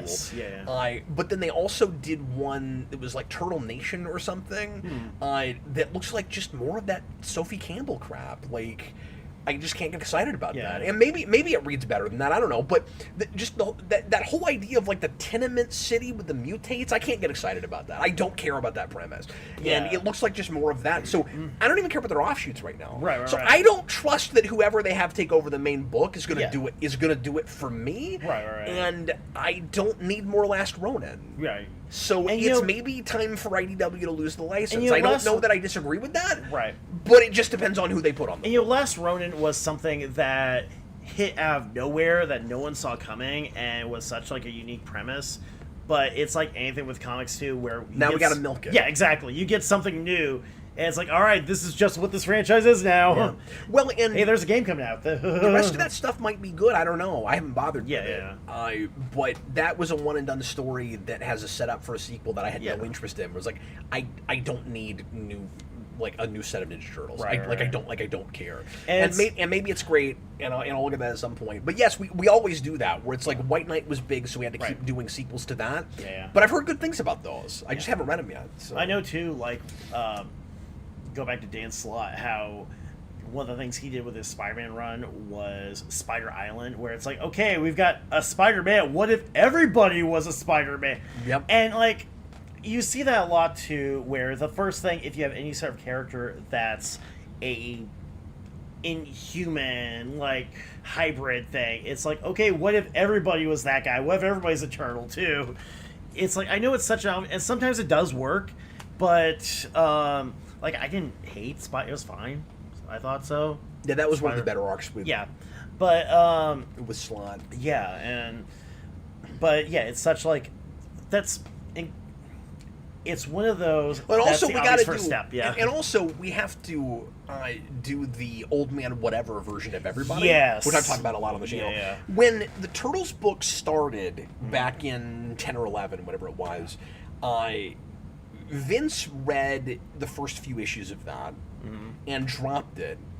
And I dropped it initially, too, because I couldn't get excited about the reincarnation thing. Right. And then they put Krang on a cover, and I went, okay, I got to know. And I went back. Yeah. And then I became a diehard fan of that, and I bought everything for 8 years. Yeah. I own a lot of that, and I think there's so much of it, I think it fills almost an entire long box. Yeah. Like there's so much of it. But Vince dropped it because he had what I thought was a peculiar complaint at the time. Right. Which was, he goes, there's too many mutates. And I said, it's Ninja Turtles. Yeah. Why is it a problem that you have too many mutated characters? And he goes, I just don't care that much about mutates. And I'm like, but the whole idea of this book is bringing in a little bit of everything from every kind of Turtles continuity and making 87 stuff a little bit more sophisticated. Yeah. And then Waltz leaves, and there's too many mutates. Yeah. I now feel that way. I kind of get where he's coming from. Yeah. Yeah. I mean, it's funny too because again, if that's the only thing, if that's all there is to the book, you just get tired of it. It's like, all right, let's do something else. Let's do something that's not a hybrid. It's funny because I know, Todd McFarlane kind of had that instinct with the Spawn movie. Because his big thing in the cartoon is, his big thing was, after a while, he's like, hey, I've got supervillains in this book. What if I didn't?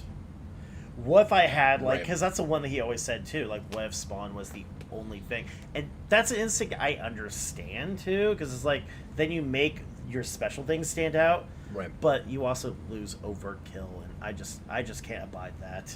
Yeah. We can't lose overt kill. But I don't want overt kill if his head doesn't fly off his body. Yes, exactly. And, that's very important. Okay. Yeah. And then I also bought, I spent too much on this. Right. But I bought this beautiful variant for Ultimate Martian Manhunter. Absolute Martian Manhunter. #1. It's all glossy and pretty, and this is an $8 variant, which is not crazy, but I don't usually spend that much on a single issue unless it's a big oversized behemoth. This was too pretty. I had to have it. Yeah. And I also really appreciate. Tell me if I'm crazy. Okay. This makes or breaks some variants for me. Right.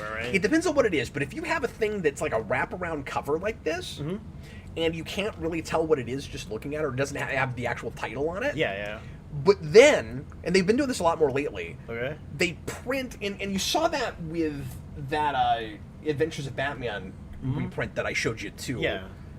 But then they put the regular cover inside. Yeah, I've been seeing more of that too. I mean, it's that makes or breaks it for me. Right, that's part of why I bought it. Now, I buy variants of things all that. I don't have to have the A cover. Yeah. But when it's a thing like this where you can't tell exactly what it is right off, and then you open it and then it has it, I'm a lot more likely to buy it. Well, you have to know what it is too. Yeah. Because am I weird? No, I understand that too, because again, if you don't know what you're buying, if it's like, be proud of your book, be with the title on the cover. And I get it's a cool cover but too. But here's the thing: I enjoy wordless covers. Yeah, I will buy those. Right. But I don't know. This is more appealing to me when you open it and it still has that title. Yeah. I have started, and I told everybody about this a couple weeks ago, but because of that kind of thing, and because sometimes numbers are in weird places and stuff, I have started, and it's going to take me a million years to finish this, but I have started writing all of the pertinent information of my books at the tops on my backing boards. And so eventually I will be able to find everything, and I won't have to worry about that. But because you've got a system too to keep track of everything. But I feel like I'm having a hard time articulating this, Chris. I think it's more. I spent $8 for this, and when I open it up, I get the A cover too. I feel like I got more bang for my buck. You get more cover. You get more cover. And that sounds. I know that's stupid, but I feel like I got a little bit more for what I paid for. I mean, here's like any sort of marketing too. If you think you're getting a deal, that goes a long way. That's it. And then for back issues, I was at a shop in Topeka that I had never been to. There's one shop in Topeka, and it's wonderful. And, and you should go. It's really great. Yeah. It's called. Gotta get to the T-Town. Yeah. I'm trying to think, because I'm going to have dinner with my dad last week, and I had some time to kill, and I was like, I'm gonna go see if there's any comic shops, and there was one, and I hit it off with a guy. We talked for 15 minutes, and up until he closed his store. And what is the name of that place? It's Hooked on Comics. That's what that store was called. And I bought Perez Wonder Woman #8 because we just reviewed the first 7 issues on the Vault last week. And the one issue he had was the next one in the sequence that I hadn't read yet. And I decided that night, I loved that. I'd never read it. I loved that so much. I went, I'm not a Wonder Woman collector. I said, I am going to get the Perez run. I'm going to start collecting those. I mean, the Perez stuff I owned issue 1 already from a collection I recently bought out. I kept that. And now I have 8. So I have 2 issues of that. I always say I'm going to do like a big reread of like the Perez stuff too, just because that's between like the 3 big books, like the immediate post-crisis stuff, that's the one I've read like the lesser of too. Like I've read a lot of the Burns Superman. I mean, year 1. I mean, I would drop everything to read year 1 at any point too. Sure. But yeah, I mean, I've read some of the Perez stuff. I've liked the Perez stuff. I just need to sit down and actually just go start to finish too. And I mean, also R.I.P. George Perez. Yep. He is somebody who, when I think comic artist, his art is what pops in my head. Sure. He is basically the a platonic ideal of a comic artist to me. I agree with that. He's at least top 5. Yeah, for sure. Dan Schneider, $2 super chat. How long does Absolute DC last? As long as Ultimate. Well, again, have they really? I just can't tell if Ultimate is ending yet. And Absolute felt like an idea that was probably finite. Right. Like reading just the first arc of Batman, and and actually, especially getting into the Bane arc now. It's pushing ahead in such a way that it does not feel like a 10-year-long game to me. But DC is what am I trying to say? DC's sales figures have gone up by 50% since Absolute started. Yeah, I get the impression... And there's every likelihood that they will do more of it than they thought they were going to. Yeah, I get the impression that no one expected Absolute to be as big of a hit as it was. No, they had no idea. I mean, a lot of it, too, just kind of feels like, all right, let's throw whatever against the wall, see what sticks. Yeah. Because, let's have, the book where Batman is 7 foot tall and, the same height as Andre the Giant. So it feels like, and we've talked a ton of Absolute. Yeah. That's all we've been talking about the last few weeks. That's but, I know you haven't been here, but, everybody knows what we're talking about. We've done all of that. But anyway, you're right and you're not right. Yeah. Because it does feel like we're trying wild things we've never done before, but again, in a much smarter way than the way Marvel's been doing it. But then, but it also feels like it's all headed towards something, and they know what they're doing. They got their ducks in a row. But anyway, so they just, I'll talk about this tomorrow, but they also just announced a 6-issue miniseries for Absolute Green Lantern, or Green Lantern, Green Arrow. And with Martian Manhunter, that was supposed to be a 6-issue mini, and it sold well, so they're extending it. And I think that's likely to be indicative of the whole universe. I think the whole thing gets extended. From whatever they were originally, and we'll never know. I think there's every possibility that Batman was supposed to be 20 or 24. And they'll keep going, and they'll just not tell anybody what the original plan was.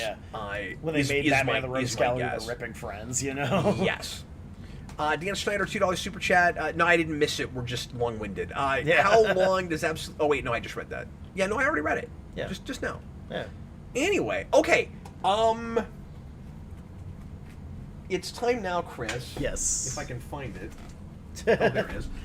For cover of the week. Our cover for last week was Detective Comics 648.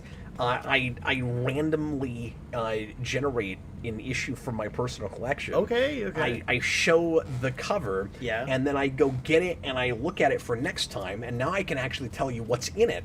And then after this, we'll find out what the cover for next week will be.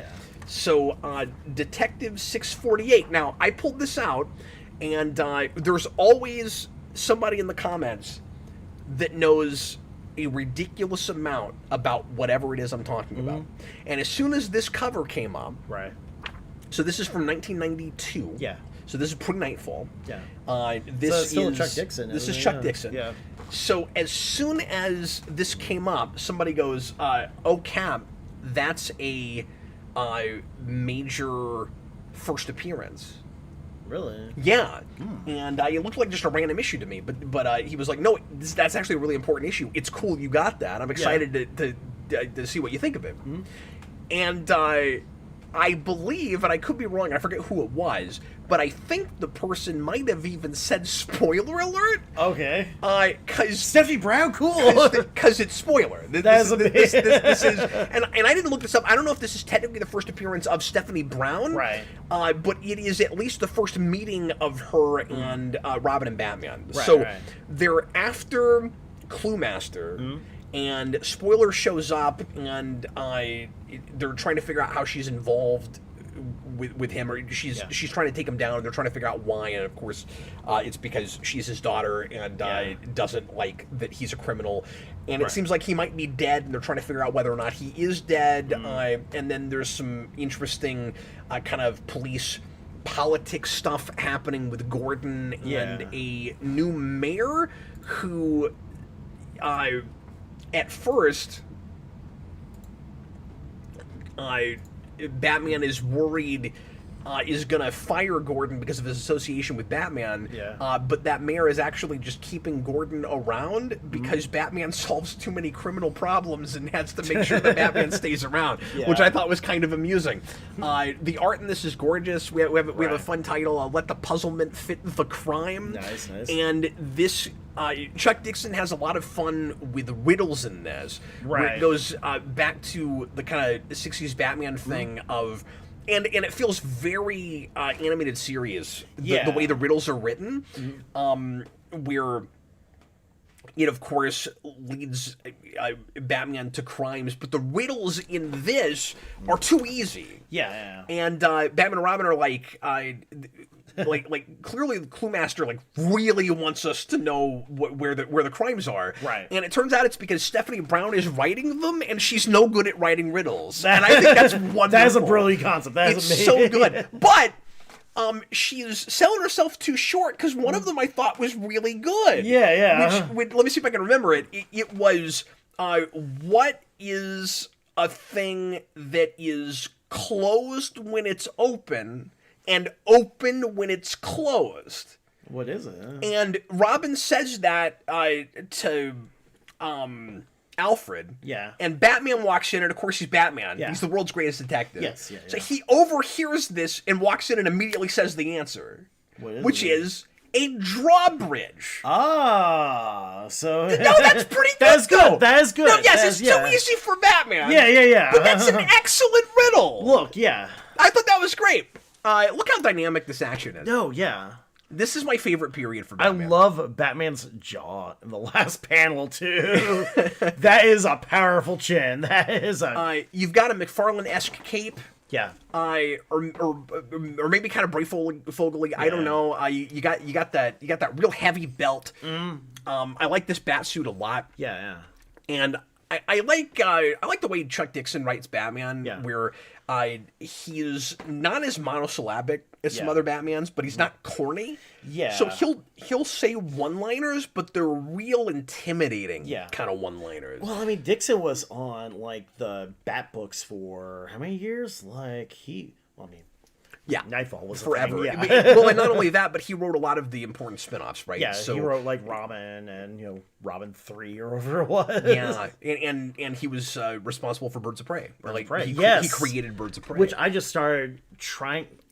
I keep saying I'm going to do all these massive rereads, but like my ADHD brain kicks in, especially since I use the app. It's like, let's look over here. So at the end of this, Robin runs into Spoiler, and she gets the better of him and runs away. Right. They don't have like a big fight, but she kind of wins. Yeah. And then Alfred makes fun of him for it later. He's like, he basically says, "You got beat by a girl," and he's like, "What? She surprised me, okay?" And then Alfred's like, and it's pretty funny. Yeah. And then Batman says, "I need you to go find her again, so that we can figure out, what's going on with Cluemaster." Yeah. So he So he manages to find her again, and then they all team up by the end. And so he learns he's already figured out that she's his daughter. I love Robin's hair going like 8 different directions. And then you get to the end of this, and I love the way this issue ends. Yeah. Where it's just a good standalone issue, even though it's in the middle of an arc. Right. But you could read this on its own. Yeah. And you get to the end of the issue, and she names herself. Right. And Batman says, "What do you call yourself?" And I'm not sure if she's making it up on the spot or if she doesn't know what his response is going to be. And she says, "Well, the Spoiler." And then Batman just looks at her and says, "I like that." Yeah. I love that. That's a great ending. That's a great ending, because usually what happens with Batman is he says, "Not in my town." Right. He says, "I protect this place, and you don't know what you're doing, you dumb kid. Get out of here." Yeah. And see, Batman kind of give the nod, like, "All right, yeah, you're good." Well, she's not huntress. She's not coming in with guns blazing. She hasn't killed anybody. She seems kind of capable. And I want to think that the reason he respects her and is working with her immediately is because she beat Robin. Yeah, I mean, as soon as Tim gets back to the cave, like, all right, we're going to do some drills. We're going to, let me get, it is great. No. What a fun issue. Yeah. So I love that came up. That was great. Dan Schneider, $5 super chat. Absolute Batman was supposed to be 30 or 40 issues. Maybe it still is. Oh, I hadn't heard that. Okay. Oh, wow. I don't know if that's changed. Maybe Schneider leaves and someone replaces him.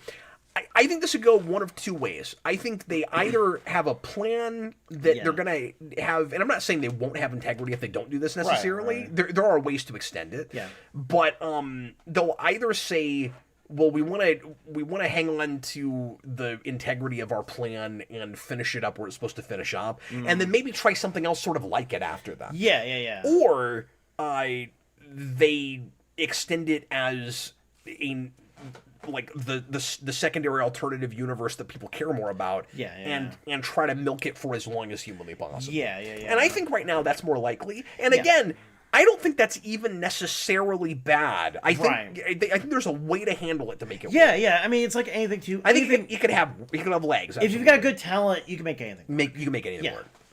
Absolutely. Yeah, especially Absolute Batman is kind of on its own kind of a weird concept. And a lot of the Absolute books, I think I keep saying it like Absolute Ultimate. I keep it, but they're all just. It's hard. Well, tonight we have to talk about. Yeah, exactly too.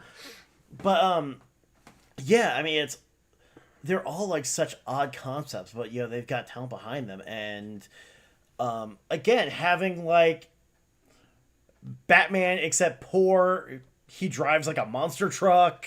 His parents died at his mom, his dad, sorry. His dad died at the zoo. So Tyler says Stephanie hits Tim in the face with a brick. The ultimate meet cute. And he says Batman usually isn't very nice to Stephanie. Well, he was with their first meeting. Yeah, he was. And then you had like later on you had like War Games, and where it's like, wow, Batman, it's like, was she really Robin? Like, I'm just gonna go over here. Okay, Chris, it's time to find out now what our cover of the week will be for next week. And by the way, just looking at my collector app, I am 15 issues away from 10,000. You got this. I believe in you. So a couple of weeks, I should be past 10,000. Yeah. All right, here we go.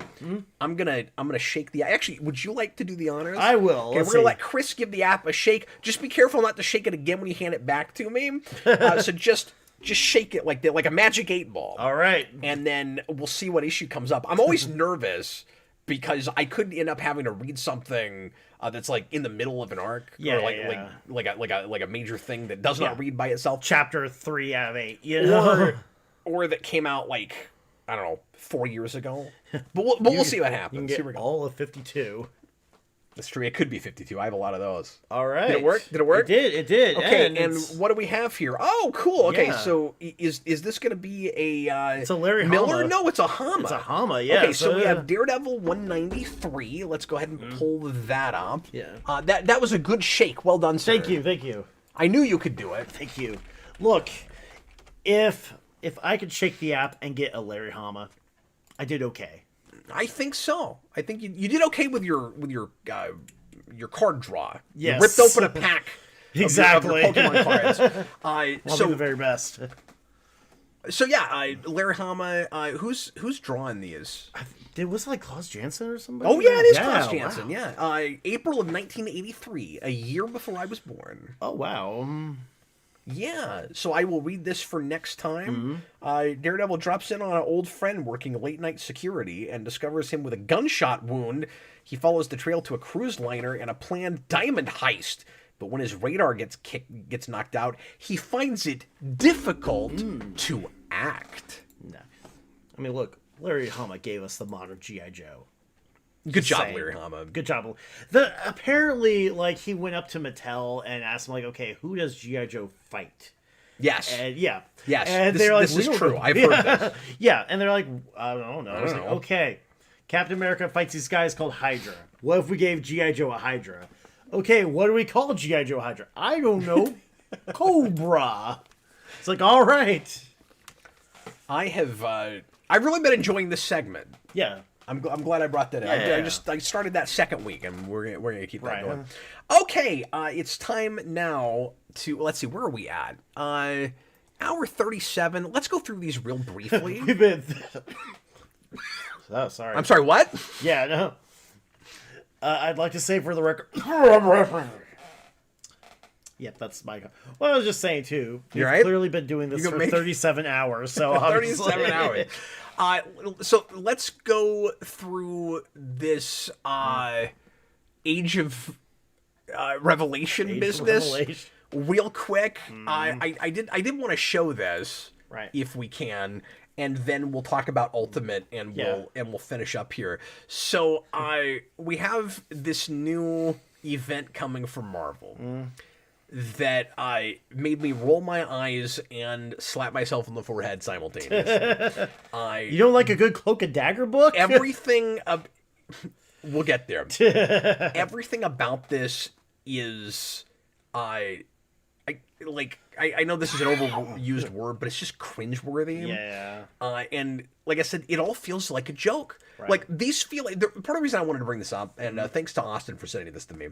And he was making fun of it too. Part of the reason I wanted to bring this up is because as you know, and we don't want to give away too much yet, but in the movie that we made together, we made up with the superhero guide movie lots of ridiculous titles for superhero movies that we made in the future. Right. When things are so oversaturated and just overly done. That we're out of ideas. Right. And it's like I wrote these for 2050 something or 2044. Really? It's ridiculous. You're not sold by Undead Pool? Undead Pool.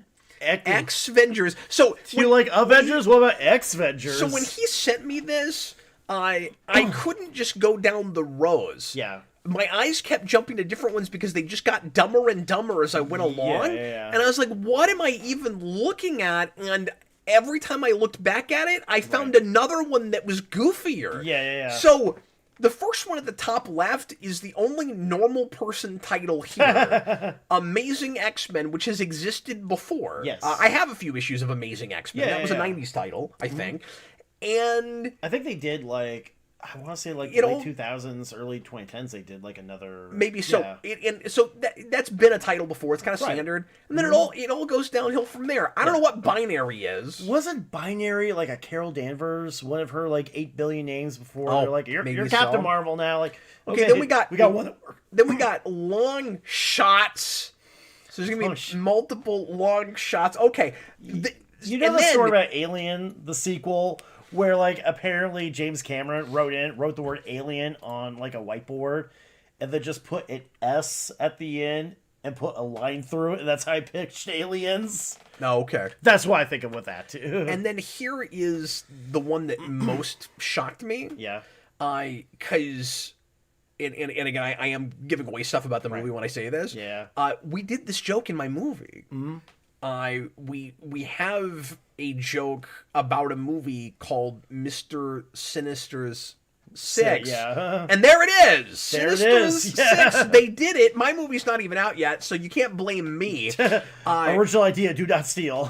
We got the Unbreakable X-Men. You can't break them. Does not break. Does not break. It broke. It broke. Yeah. It's just, I'm sorry, that's the whole point. This is broken. Yeah. So you asked me if I don't like a good Cloak and Dagger book. I might, but I don't know. I don't know if I want to have to pick each issue. It's Cloak or Dagger. Oh, I didn't even see the or. It's Cloak or Dagger. Yeah. Omega Kids. Trouble in Paradise. All right, and then Undead Pool. Undead. And I'm going to be a hypocrite and probably buy that because it'll be a zombie thing. But I probably won't. Here's that's the one that could probably work because you could do the corny title with a Deadpool book. And I know we were going after Marvel being self-referential, but it's Deadpool. You make that allowance. Sure. Yeah. Sure. Well, here's the thing. If they put out... The problem is the quantity of this. Yes. If they just put out a book called Undeadpool, I'd go, okay... It's because it's with 24 other ones. Yeah. Or 16. Okay, so anyway, Unbreakable X-Men, Cloak or Dagger, Omega Kids, Undeadpool, Expatriate X-Men.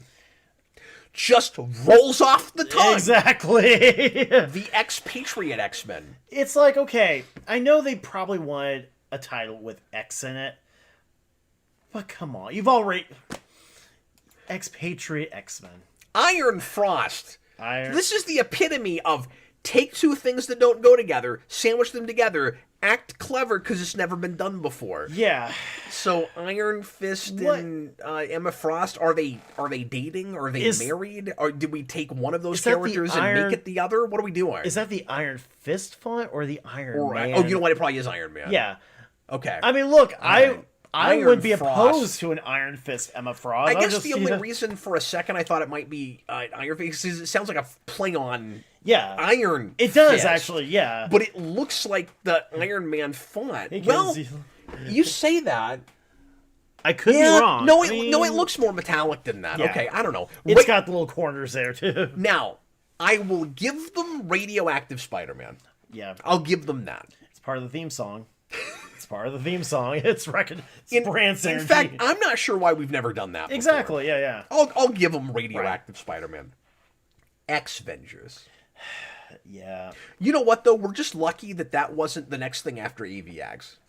Avengers versus X-Men, and then X-Vengers! You know, there you go. They're finally taking that money on the table there. How does it go the other way?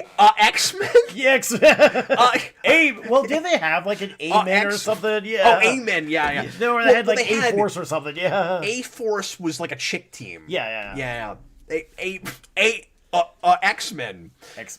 The last Wolverine. Is that the last Wolverine? The Lost Wolverine. It looks like last. That's an A. That's an A, it's the last Wolverine. The last Wolverine. Now, for my money, there should only ever be the one. Yeah. I don't like Wolverine as a legacy character. I don't like this X-23 is Wolverine, but she can't be anymore because now she's Sabretooth. Laura Kinney. Wow. Sabretooth. Stop it. Stop it. Laura Kinney's going to be everything at the end of the day. There you go. You know, have her run the team. She's going to be the female version. Like, she already has her own name. She's already X-23. Why does she have to be the female version of every growly X-Men character? And I could see Wolverine. I did kind of like her costume. I swear to God, 10 years from now, we're going to have... Sorry, I swear to God, 10 years from now, we're going to have Laura Kinney Nightcrawler. I mean, just wait. Just wait. They'll do that. Do the story where Laura Kinney's eyes open portals to the Punch dimension. Let's just take two characters and smash them together, and we get Rogue Storm. Yeah. You know what that sounds like? What does it sound? Rogue Storm sounds like if Marvel did its own amalgam. A little bit. If Amalgam had no DC and it was just Marvel, you'd end up with characters like Rogue Storm. Do it with somebody else. I'm trying to think too. Like you've got Gambit Crawler now, or you've got like. Well, that's the thing is, you have to take two one-word names and just put them together. I was thinking things like that, but it's not even that. Right. It's like one-word names that you just put together. You can't even take off part of a syllable. Mr. Sinister, Omega Red, you know, Master Mold. That's just keep adding names too. It's funny too because why would you do? I mean, look, I like Rogue, I like Storm, but how is this? How? I'm trying to even if it's just the two of them hanging out together. Just call it Rogue and Storm. Just put that little ampersand or something in there too. And then X-Men Book of Revelation. And I don't know if this whole thing is supposed to be like another Age of Apocalypse sequel or something, but apparently Jeff Loeb is coming back to do another Age of Apocalypse also. I just heard about that today. Yeah. It's like, I mean, it's funny too because I know we were saying too, like the folks who are writing comics now are our age. And here's the covers. I'm sorry, I'm listening. Go ahead. Who's the guy on the? Who's that on the right? Is that like a? I don't know. I think it's a girl. It's a girl. I think these are all girl. I think they're expatriate women except for this guy, but everybody else is ladies. Did they make Colossus Rusty? United by this is Al Ewing. United by war. Oh, it's Eve Ewing. It's Oh, pardon me, not Ewing. I just saw Ewing. Yeah. X years later, like the fallen and reassembled United States, the new team of Miss Marvel, Bronze, Melee, and Rift rises. All right, I'm not gonna read all of this. Cloak or Dagger, we got to figure out how it's one or the other. Right. Also, this X years later business is weird. So I guess the idea is all of these are books set in the future, but they're not necessarily talking to each other, and it's all ambiguous. It's like the old Mega Man games that are set in like 1990X. Yeah. You got a 1 in 10 shot. There you go. A 1 in 9 shot. Exactly, yeah. Tandy and Tyrone have tied the knot, but it took long enough, but their bond has come with a terrible cost. Now they can no longer exist on the same plane at the same time. Reunited at Okay, so it's the Marvels? I guess so. They're just switching places all the time? All right. Well, the pair now face a love story warped by power and fate. It's like a cross between the Marvels and Hancock. Wow. First of all, A+ Hancock reference too. Thanks, I was proud of that. Undeadpool. I'm not gonna lie. I'll give him that cover. Yeah. I mean, it's Tim Seeley, so I mean... Carlos Magno. Well, Tim Seeley did Hack Slash, too, so, I mean, he knows his way around a horror book. The Merc with the mutated mouth hungers! X years later, and the virus ravaging the Revelation territories has finally made Wade Wilson into what he always wanted to be. A zombie? Oh, no, a mutant! Oh... But not like this. Not like this. Did they already make him a mutant during Krakoa? I thought he was. Yeah, Deadpool's healing factor is on overdrive. Oh. His mind, a passenger in a body that hungers and cannot be sated unless he devours the life force of mutants. His next targets are the new blood known as Fearless Magni Kid Man-Thing. Kid Man-Thing. Austin's going to be not excited. And Fantastica. It's Deadpool like you've never seen him. Okay, that sounds dumb, and of these so far, it's the one I would read. It's the one, at least it kind of sounds dumb on purpose. And like Tim Seeley, he did Hack Slash, he did the Vampire the Masquerade comics, which because I'm a weird dice nerd goth type. Oh, yeah, no, I know you are. Yeah, so, I mean, so it might be that one I'm the most hopeful for so far. X-Vengers. Earth's mightiest hated and feared. X years later, Earth still needs the Avengers, but what happens when those who are left have been transformed? Danny Moonstar leads a new team of Avengers. Who's Variable Man? Variable Man? Water Widow. Water Widow, that's... Okay. Okay, that is leaning into, like, the full, we're doing our own amalgam. Jeez. Okay. I guess that's all they're giving us so far. Yeah. That's probably the first we got we got a few of them, but we've seen all the titles. And I'm actually glad we didn't have to read any more of those, just because we're getting so late now. Yeah. But I don't know. That was fun. That was. Isn't that preposterous? Some of that. A little bit. Okay. Yeah. What's the one that you're most baffled by? What's the one that makes you go, how? So like. What was fun for me is when you thought it was a regular title and I went, nah, look closer, dude. Yeah, exactly, too. It's like Cloak or Dagger. It's Laura Kinney Sabretooth. Yeah. And, like, here's the thing, too. Now, I'm not gonna lie, I did like how they made Nightcrawler a Spider-Man. That was dumb, but it's like, you don't... Yeah, I don't even know about that. You don't even know about that? Yeah. There was a time where they actually made, like, it was... I don't know if it was like the Uncanny Spider-Man or something like that too. But yeah, it was Nightcrawler, but they gave him a Spider-Man suit. It had like Silver Sable with like a friend me thing going on with it. Terrible. It's, it was what it was, but I took it as it was. Is that a guilty pleasure kind of thing? I mean, kind of, yeah. Okay, anyway, so which of these is the most ridiculous? Iron Frost, like, how does that even work? How? And actually, wait, is that... Oh, it's Iron and Frost. My mistake. Oh, it is Iron and Frost. Okay, fair enough. But and like... Okay, but why isn't it Rogue and Storm? Yeah, exactly, yeah. Which makes me think there's something else going on there. Yeah. It's like, is it Storm runs off and Rogue has Storm's powers? You know what? Or something? I wouldn't even be that upset with that. It's like, okay, Rogue, you absorbed Storm's powers. I could kind of get behind that, Robert, this is just painful. Nicholas Boda, I know, it looks like we made them up. No, yeah, these are real. This is actual. Okay, great. Are these new titles? Yes. Robert, Laura Kinney, Dokken will be next. Yeah, good call. Oh, wow. Laura Kinney, the Draco. That's what we're looking for. We're not out of ideas. There are plenty of other options.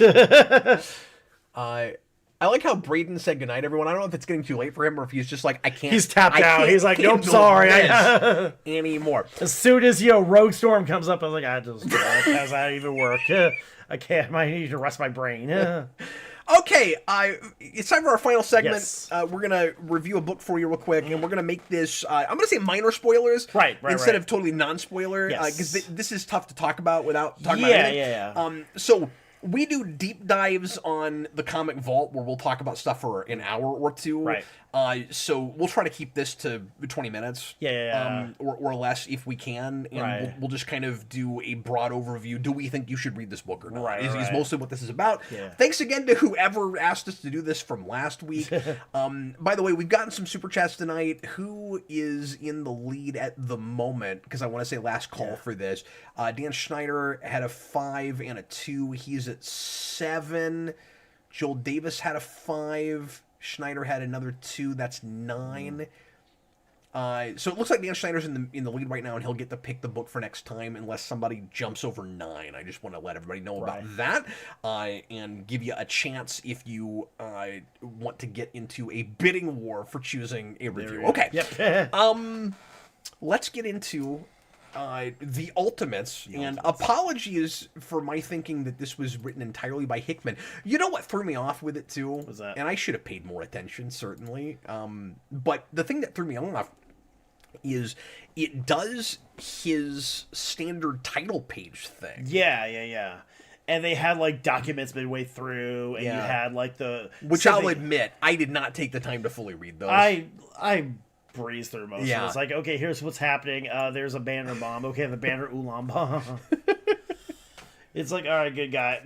I was already reading this on my phone, by the way, too. Oh, yeah.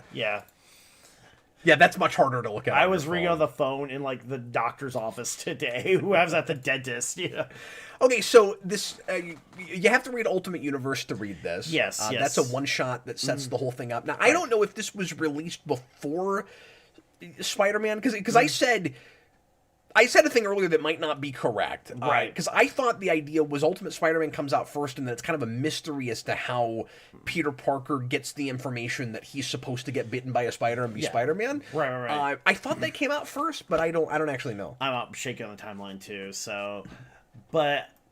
I mean, I'm not sure if you really needed that to get into this too. Like, no, you didn't. But if you have read that and you didn't read anything else, this illuminates how that was even possible. Right. And that gives you a recap about the Maker creating the universe and all of that. But real quick, would you give us just kind of a simple setup of premise with this? I talked about it a little bit earlier. Yeah. So basically, you've got the triumphant return of Teen Tony. Yeah. Popular character from, my childhood. Back when they were like 4. Sure. Yeah. But he's calling himself Iron Lad. Iron Lad, who... That took me a minute, too, because that's Kang in the other world. Oh, I didn't know. Iron Lad in Young Avengers is like another Kang the Conqueror.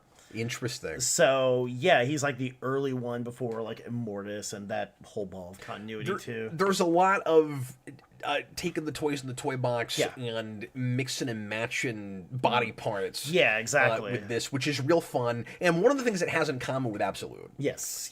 So like they start from different places and they feel like they're almost for different audiences. Yeah, exactly. But the things they're doing similarly are really interesting. Yeah. Anyway, sorry, I wanted to so throw that basically, out real quick, but you've got Maker just reboot the universe. You've got he's been sealed away for like 18 months by Howard Stark, which is weird.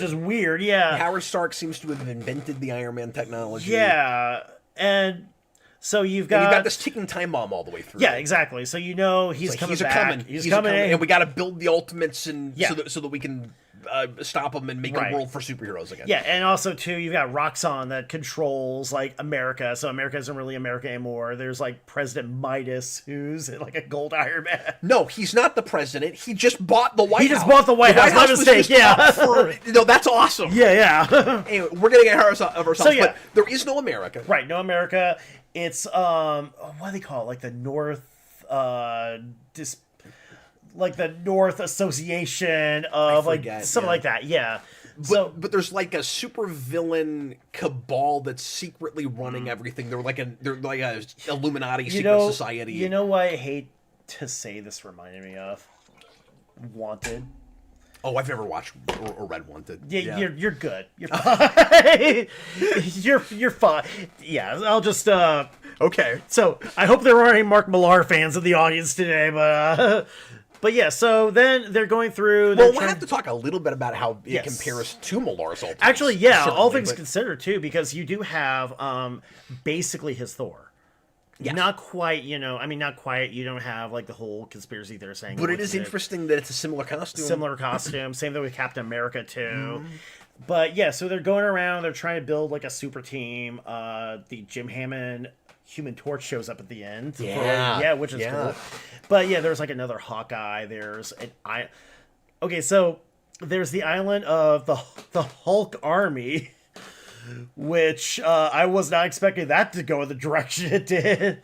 That was depressing. It was, yeah, like, oh, that girl doesn't have skin. But yeah, backtracking for a second. Yeah, sorry, I keep you're fine. But each issue is introducing... It's kind of its own standalone, too. Yes, but what I was going to say is each issue is of the first 6. Right. Because obviously it'll go in a different direction after that. Yeah. I think. Right, Maybe we just keep team building. I don't know. But each issue is introducing a new character or new characters that are... new origins for either the same heroes from before or new people filling the mantles. Yeah. Because we either have to go find the characters whose destiny is supposed to be that hero, because again, the timeline was changed so the maker wouldn't have to deal with superheroes anymore. Yeah. Or that character has chosen... for whatever reason, not to listen to Tony, who puts out a holographic Obi-Wan Kenobi, you're my only hope message. Yeah. And in the first issue, it pops up in like the backseat of Janet and Hank's exterminator van. Yeah.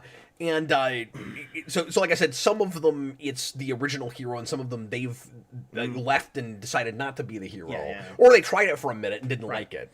In the case of Hawkeye. Oh yeah, one of my favorite parts was that the current Hawkeye became Hawkeye because like Clint Barton threw the bow and arrow in a dumpster and somebody else picked it up and did the Hawkeye No More thing. Yeah, exactly. Yeah, which was a fun image. Yeah. But initially they attempt time travel. And and like I said, that's how Spider-Man becomes Spider-Man. So the idea is they send this information back, and a couple of people do it. You know, it's a world without superheroes, but there's like 2 superheroes. Right. And then they make things worse. They make things worse. A bunch of people get killed because of it. I thought it was a little bit vague as to why people died. I didn't fully understand that. Well, I kind of liked on one read. When I started reading the first issue, I thought, okay, they're going through the rules of time travel. They're like, okay, we can only go back this far. A lot of exposition, a lot of world building. And at the end, it's like, okay, we tried it. We're not doing that. That didn't work. So Tony feels really guilty for all the people that he got killed. And meanwhile, Doom is like, no, we should keep doing that. Yeah. But I did love the fact that, they took all this time and it was set up to what was essentially, I mean, I wouldn't say a joke, but also kind of too. It's like, this is what we're doing. This is the series, and then nope. I do love French Captain Britain too. Yeah, he was hilarious. Yeah. So, again, just to backtrack for a second, you've got this kind of starts with a version of Doom. Yes, who's also like a version of Reed Richards too, which kind of goes into Love Hickman's Council of Reeds that he did in his FF run. Yeah, no, good call. And we'll find out, not to get too deep into it, because we don't want to spoil too much, but we'll find out his tragic backstory and how he turned into a version of Doom.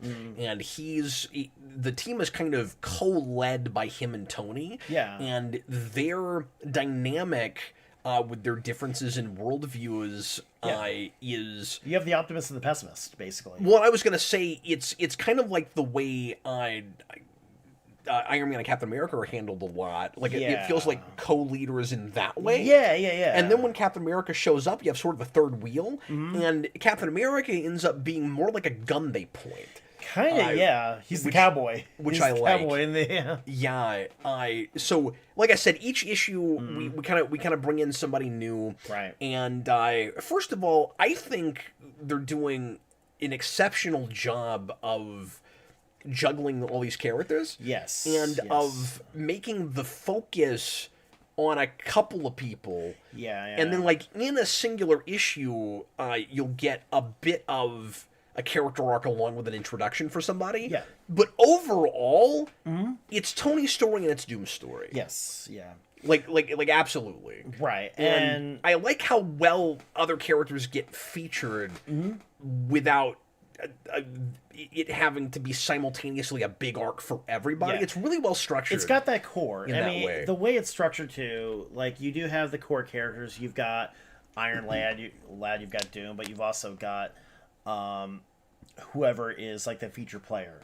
in that issue. So you've got like basically your anchors. You've got the one for the overall arc, but you've also got that particular issue. You've got that story, and such a variety in tragedies and motivations. Yes. So for instance, when you get to Wasp and Ant-Man / Giant Man, it suddenly becomes a lot more about like who they were originally versus who they want to be now. And we get into I'm getting off frame. We get into the kind of free will versus predestination question. Well, you get Hank, who's like, I'm awful in every timeline too. I want to be better. He's real timid, and he read that dossier, and he knows who he's supposed to be in the other timeline. Right. This gets into a double-edged sword for me. Yeah. Because and this is probably, if I have to do like a best thing, worst thing, this might be worst thing. There's also no way around it if you want to tell this story. But it's a big hurdle. Depending on like who you are, and like who might want to come in and look at this, and this is where it's not like Absolute, where it's a good jumping on point, but you have to know a lot. And sorry. So this is my question. Yeah. How big of an ask is this? I mean, it's a pretty big ask that you need to know. Like. The primary like worldview and motivation for a lot of these characters in 616. Right. And you kind of have to know some of them in Ultimate also. Well, the whole thing with the Maker too. Like knowing, because I know a lot of folks too when I just think there's a big prerequisite with that. Yeah, and like a lot of folks when Ultimatum happened fell off the Ultimate Universe, so they might not know like what happened to Reed. They might not know about like the city and how that all ended. And I feel like it does the thing with the Maker is all you really have to know is evil Reed Richards. Yeah, you just have to know. You don't really need to know much more about that. It might be kind of confusing that he's the one thing left over from that old universe. But I don't know, like. I was struck when we got to the Ant-Man and Wasp stuff. Yeah. Where I was like, boy, I'm glad I know what I know. Yeah, and especially with Hank Pym. I mean, you go through his background. There's some dicey stuff too, and a lot of it's really heavy. You have to know across like his Ultimate version, his 616 version. Yeah, and you have to know kind of. It felt sort of informed by both. Yeah, you have to know how much he sucks in like every timeline. But I do think too that if you come in knowing that if you come in knowing what you don't know, you come in knowing that there's going to be stuff that won't make sense that's outside, you could probably get like enough of a grasp on it. I think like the individual stories are strong enough that it will pull you in that way. Like you don't necessarily have to know about don't have to know who the Hulk is to understand how much. That's fair. Yeah. No, that's fair. Could you look at it through the eyes of the characters in the book that aren't familiar with the way the world has changed? Yeah. Maybe. But it was hard to know if I would have been as hooked and kept reading if I didn't know what I know. Yeah, and that's to be fair, there's a little bit of a question with that with Absolute. Yeah.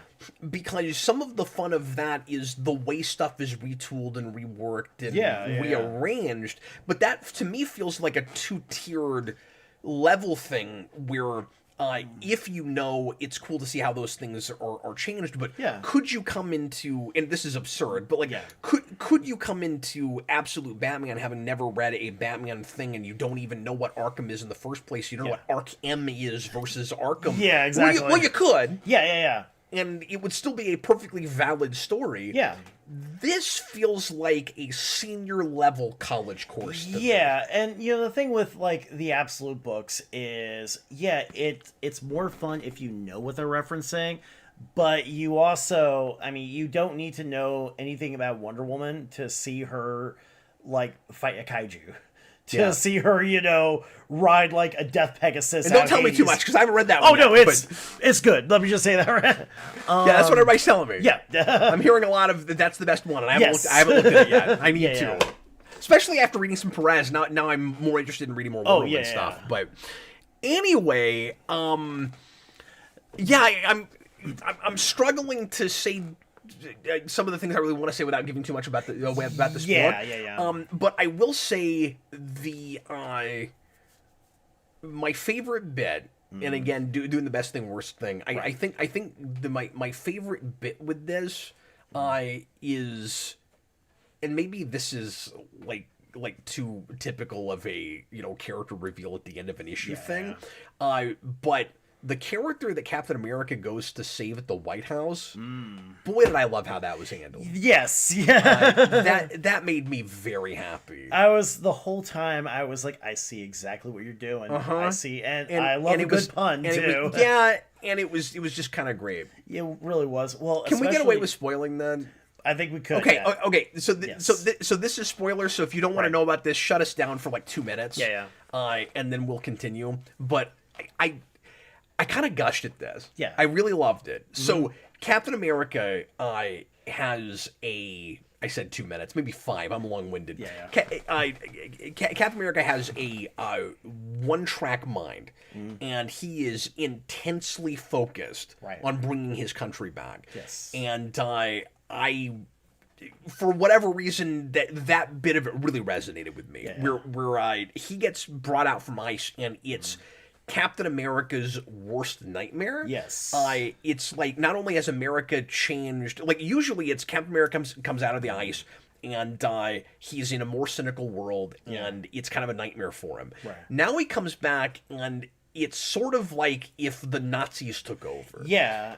Like he's in this dystopian future 75 years after his time where there is no America anymore, and the villains have taken over, and he screams, and I love that. Just the nightmare for him. Well, and even, then like the little bits they were showing too were the holograms and where they're catching them up. You see like 70s Punisher, and you see the like guys with the Red Skull Punisher shirts too, and the little bits of world building you get too, just to really drive home of how different things are, how bad things have gotten too. Yeah.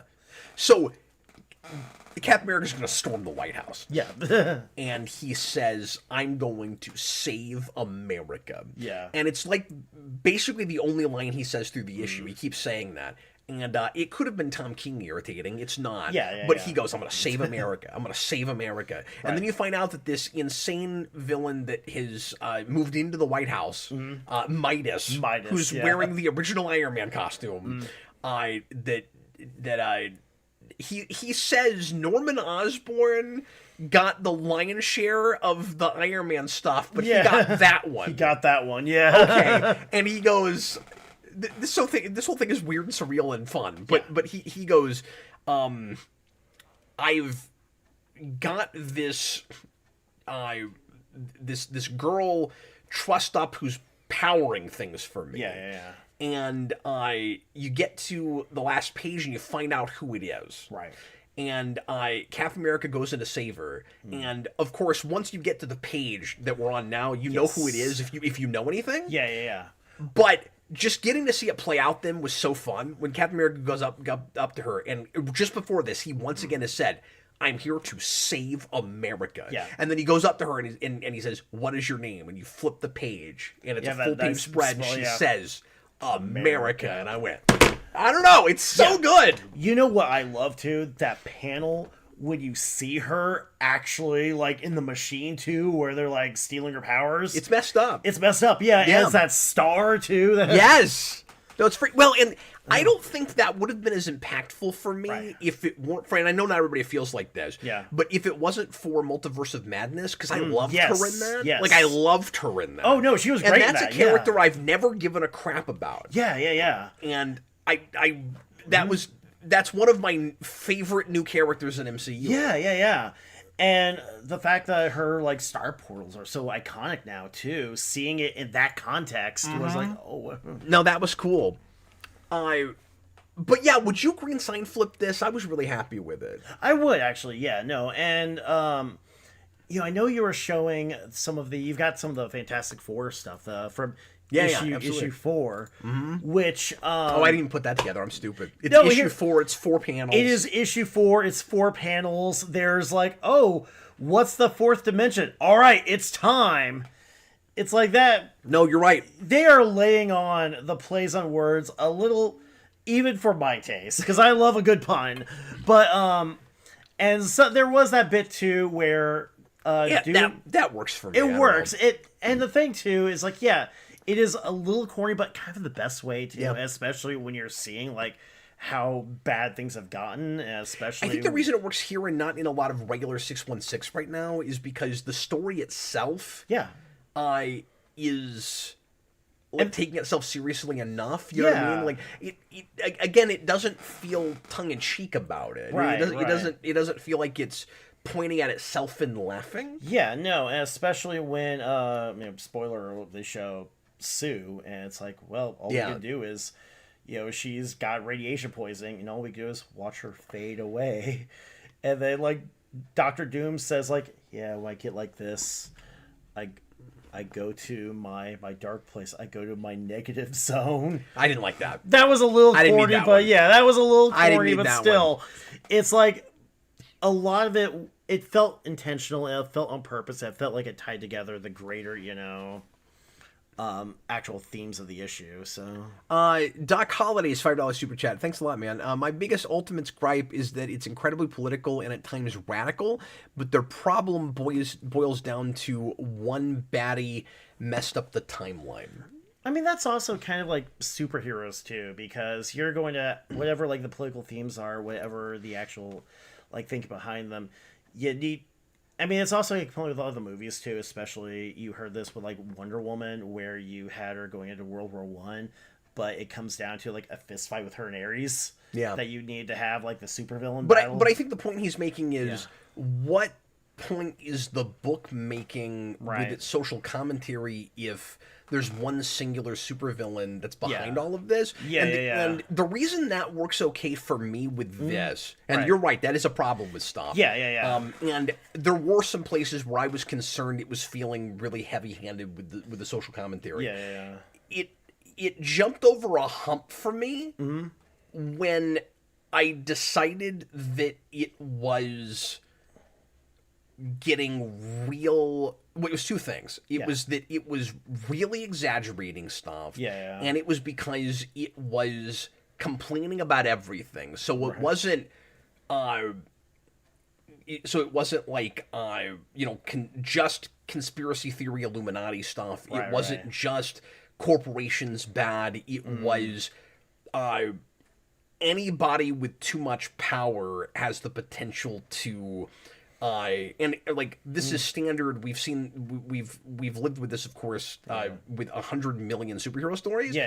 But it's a main theme we keep going back to. Obviously, it is the absolute power corrupting business. And so the idea I think it was landing on with this is if anybody has too much power, they might. They might kind of dominate, and so yes, it's one singular person, but I think that's the point. Exactly. And with I don't think there's a real world allegory with that part of it. It's just anybody with too much power, it might fully corrupt them, and so all of these you got to remember that like there's one villain behind it, but it's not mind control. All these other people, when they're handed power, here's what they're doing with it. And like the whole point is that you've got like the cabal they built, you've got the world that was created, and you've got the maker who's just sort of almost kind of like the plot device too, where it's like, okay, how did we get to Nightmare Dystopia? How did we get to... for this? That's right. Exactly. So and like I say, it's a lot of it's balancing with like superhero, any sort of superhero media too. You have that balance between like social commentary and actually telling like a superhero story. You need to have. Again, you take your frustrations, your stress, you make them the Joker, and then you have Batman punch the Joker. So, Yeah, I didn't think it was necessarily too heavy-handed. At least there are parts where they were making it clear. I thought it was at first. Yeah, and then it kind of won me over on yeah, it. and I think like there are parts where you can tell they're having fun too. Yeah, where it's like you've got the guy in the gold Iron Man suit, Nate Midas, who this bought is the... where this is where I enjoyed it more than Millar. Yes, I actually kind of, having just read this first arc, dig it more than Ultimates, which I was really surprised by. Yeah. Because I like that book, and it's cynical intentionally. Right. So I guess I just have to say it's more of a personal interest thing. Yeah. This was just more my bag with that. Yeah. Like, in the way that it's real serious and political and at times oppressive, it felt... Because I didn't feel like the overall story was cynical. Right, no. It felt more in the vein of an Old Man Logan. Which is interesting because that's also Millar. Yeah. And a lot of it was, like, you could tell a story about bad situations. You could tell a story where things are dire. You can tell a story where things are oppressive, but you can also find either like that optimism, or you can find like, okay, there's things are sad, but we can at least figure them out too. We can at least figure our place in them too. I mean, I think it struck that balance a lot better than a lot of books I've seen. Because with Millar, the cynicism with those books is all those characters are kind of awful. Yeah. I mean, like, he's making a point with it, and they're interesting, and they feel real enough. And I don't mean to completely knock that. I like that book. And again, it's intentionally cynical, and I'm not saying there's anything wrong with that. This is more my bag. Yeah, and like with the Ultimates too, it was like I more like these people, right? And also this is more appropriate because the building blocks of it are the 616 versions. Yeah, exactly. And so. Sorry, tell me if you agree with this, because I just had this thought. Right. And I think this might be the reason... Tell me if I'm reaching. Yeah. Because I do that. Yeah.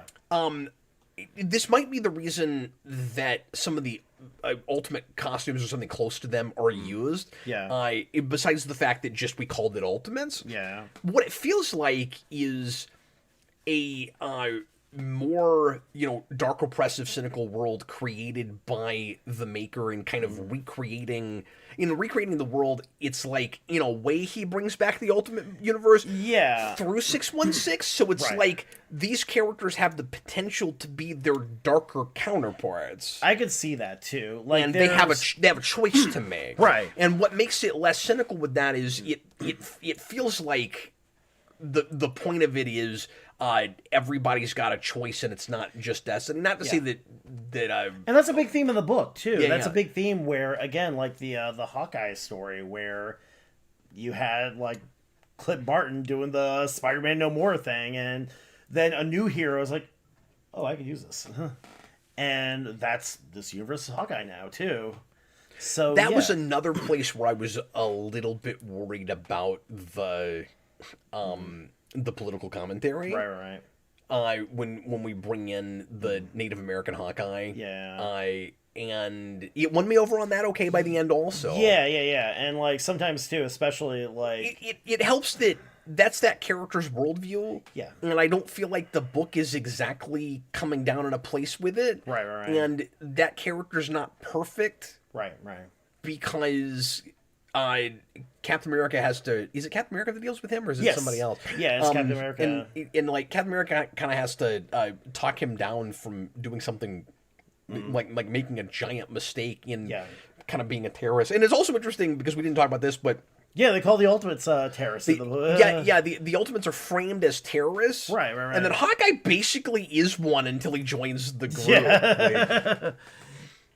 So, yeah, I mean, it's interesting because... I think, like, again, too, like, having a character, like, I don't know Dennis Camp's background, but having, like, somebody who might not understand, who might not know a lot of, writing a native character, I don't know how much they know about native culture, so that could have gone wrong real, too. Well, that's fair. Yeah, absolutely. So I think it was handled at least with enough of a discerning hand, just overall, and... also, like, the one big standout for me is the Hulk chapter 2. Oh, really? Just that's the one thing that was the issue that when I got to, I was like, oh, this is what we're doing. Yeah. Because it sets up, you have like the She-Hulk, and then you have, and then it's like, oh, wow, there's a whole Hulk army here. Yeah, we can do this. We can beat the Makers. Like, no, let's show you what's really like here. Yeah. Because they're basically Molochs or something. Yeah, exactly, too. And going through, and each one's like more depressing than the last. And I think that's kind of what, that's kind of really sums up the book to me, too, where it's the finding... Also, I do love Atomic Iron Fist there. It's nuts. Just the way we're mixing stuff. Yeah, exactly.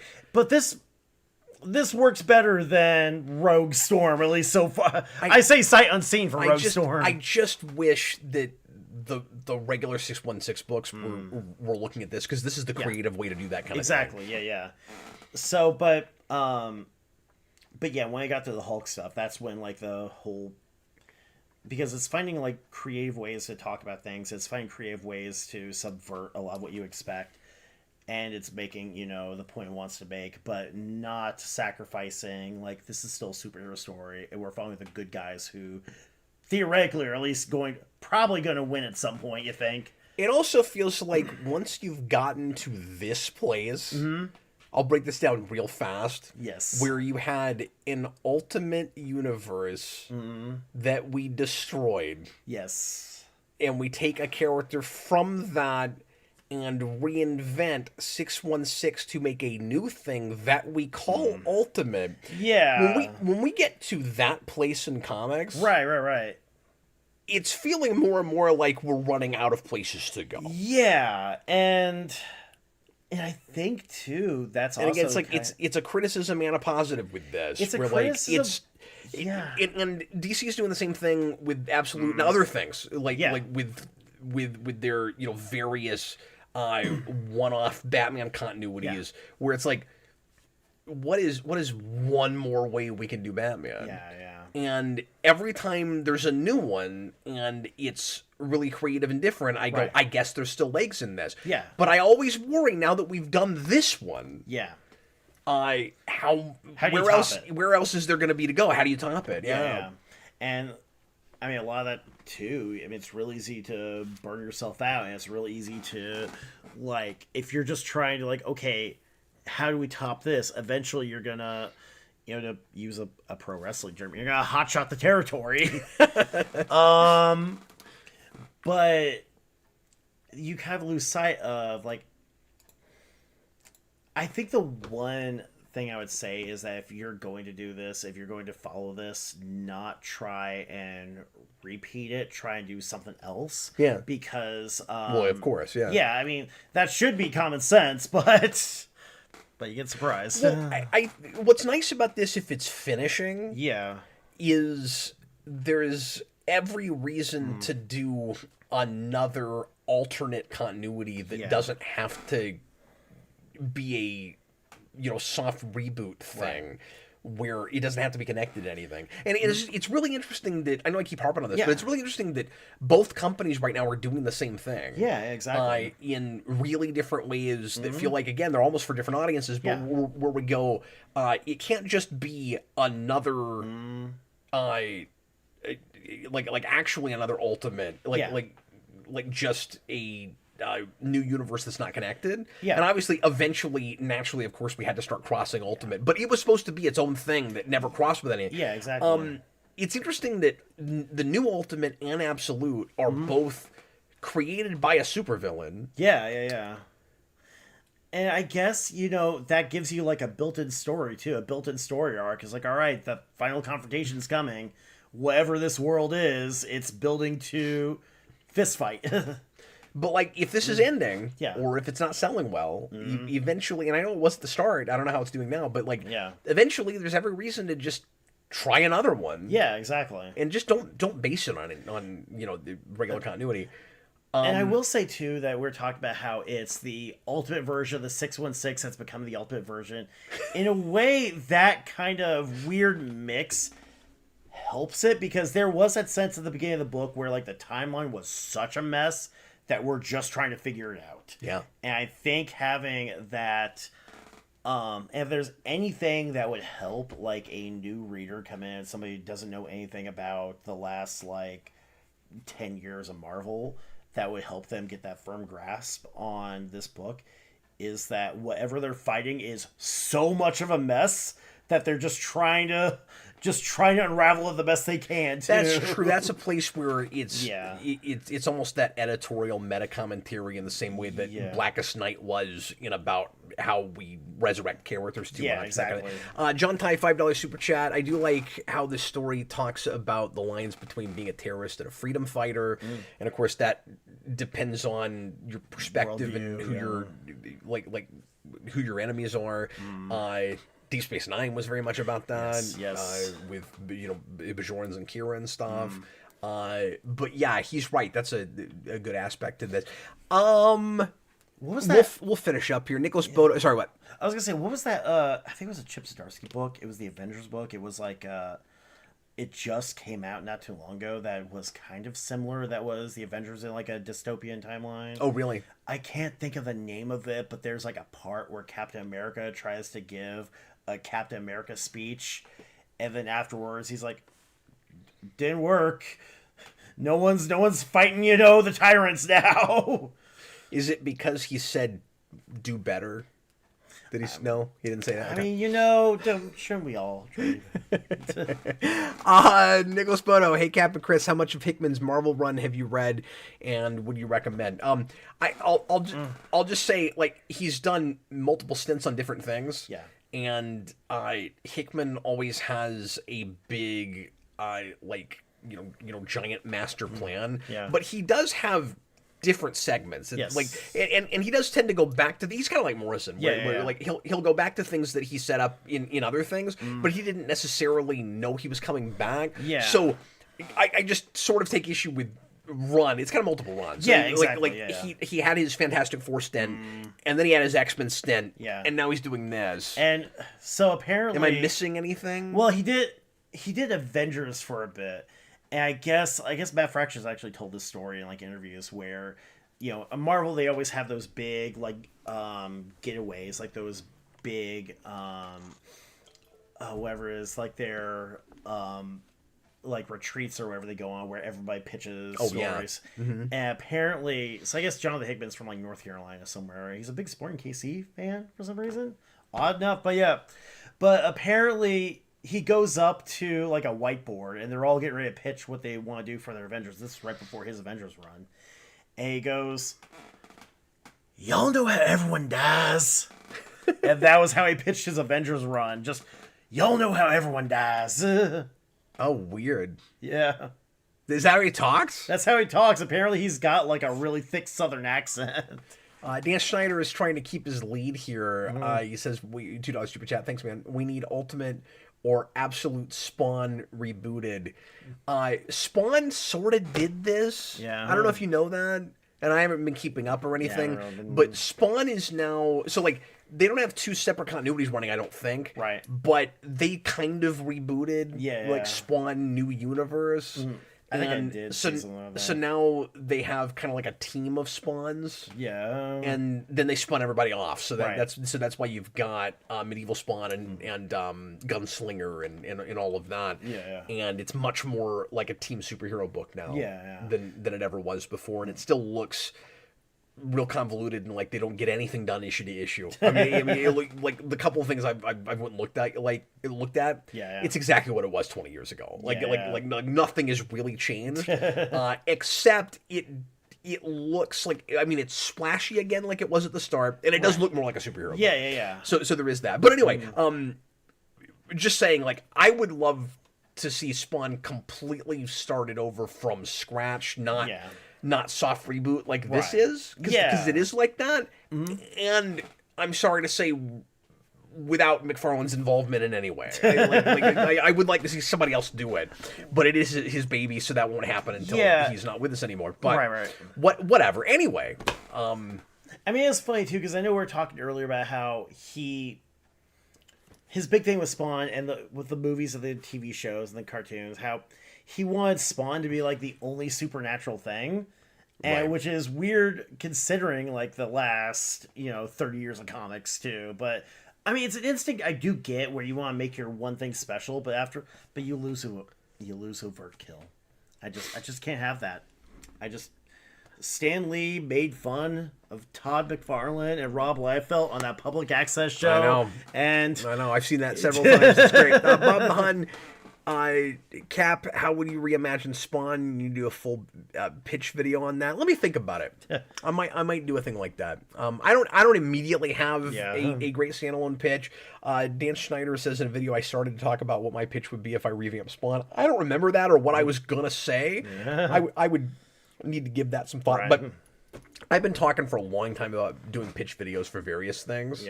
And I would like to do that. I just haven't gotten around to scrolling out some outline ideas. But John Kelling, absolutely ultimate Spawn. So I almost called this new iteration of Comic Book Late Night absolute ultimate Comic Book Late Night. Nice, yeah. I almost called it that. Right. And Jason talked me down on it. He was like, that's too much, and it's not going to look great in a logo. And I kind of turned tail and changed it. Absolute ultimate, all new, all different. Yeah. Well, and the all different, the all new, all different thing I think I used as a title. And that's the thing is I've gone through these for various titles on my shows. But since we have Absolute and Ultimate happening at the same time, I was like, that should maybe be the next thing. And then I chickened out on it. But anyway, so I guess we're both recommending this book. Yeah, we're both recommending, yes. Like I said, definitely. I will say too that I said 20 minutes. It was longer than that. We got to wrap up here. Yeah, either way. I will say, great book, but also if you love puns, I've got great news for you. Yeah, I didn't think it was too overly funny. I think like the part where it gets really heaviest, the issue 4, it was for a point, and it did tie everything together pretty nicely.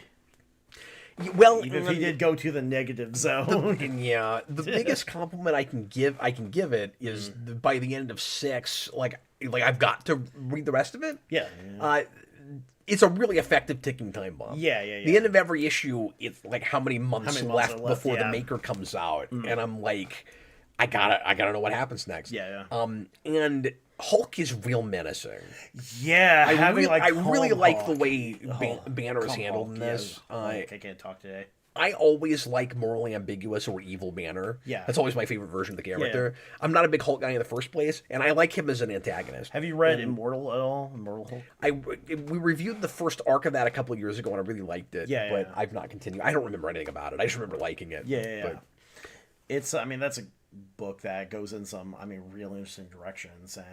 And, the fact that it's an Incredible Hulk book that has like an extended period where they quote the Kabbalah, it's like, all right, that's where we're at now. That's what we're doing. That's where we're... Yeah, Aaron's run made me really appreciate morally ambiguous Banner. Yes.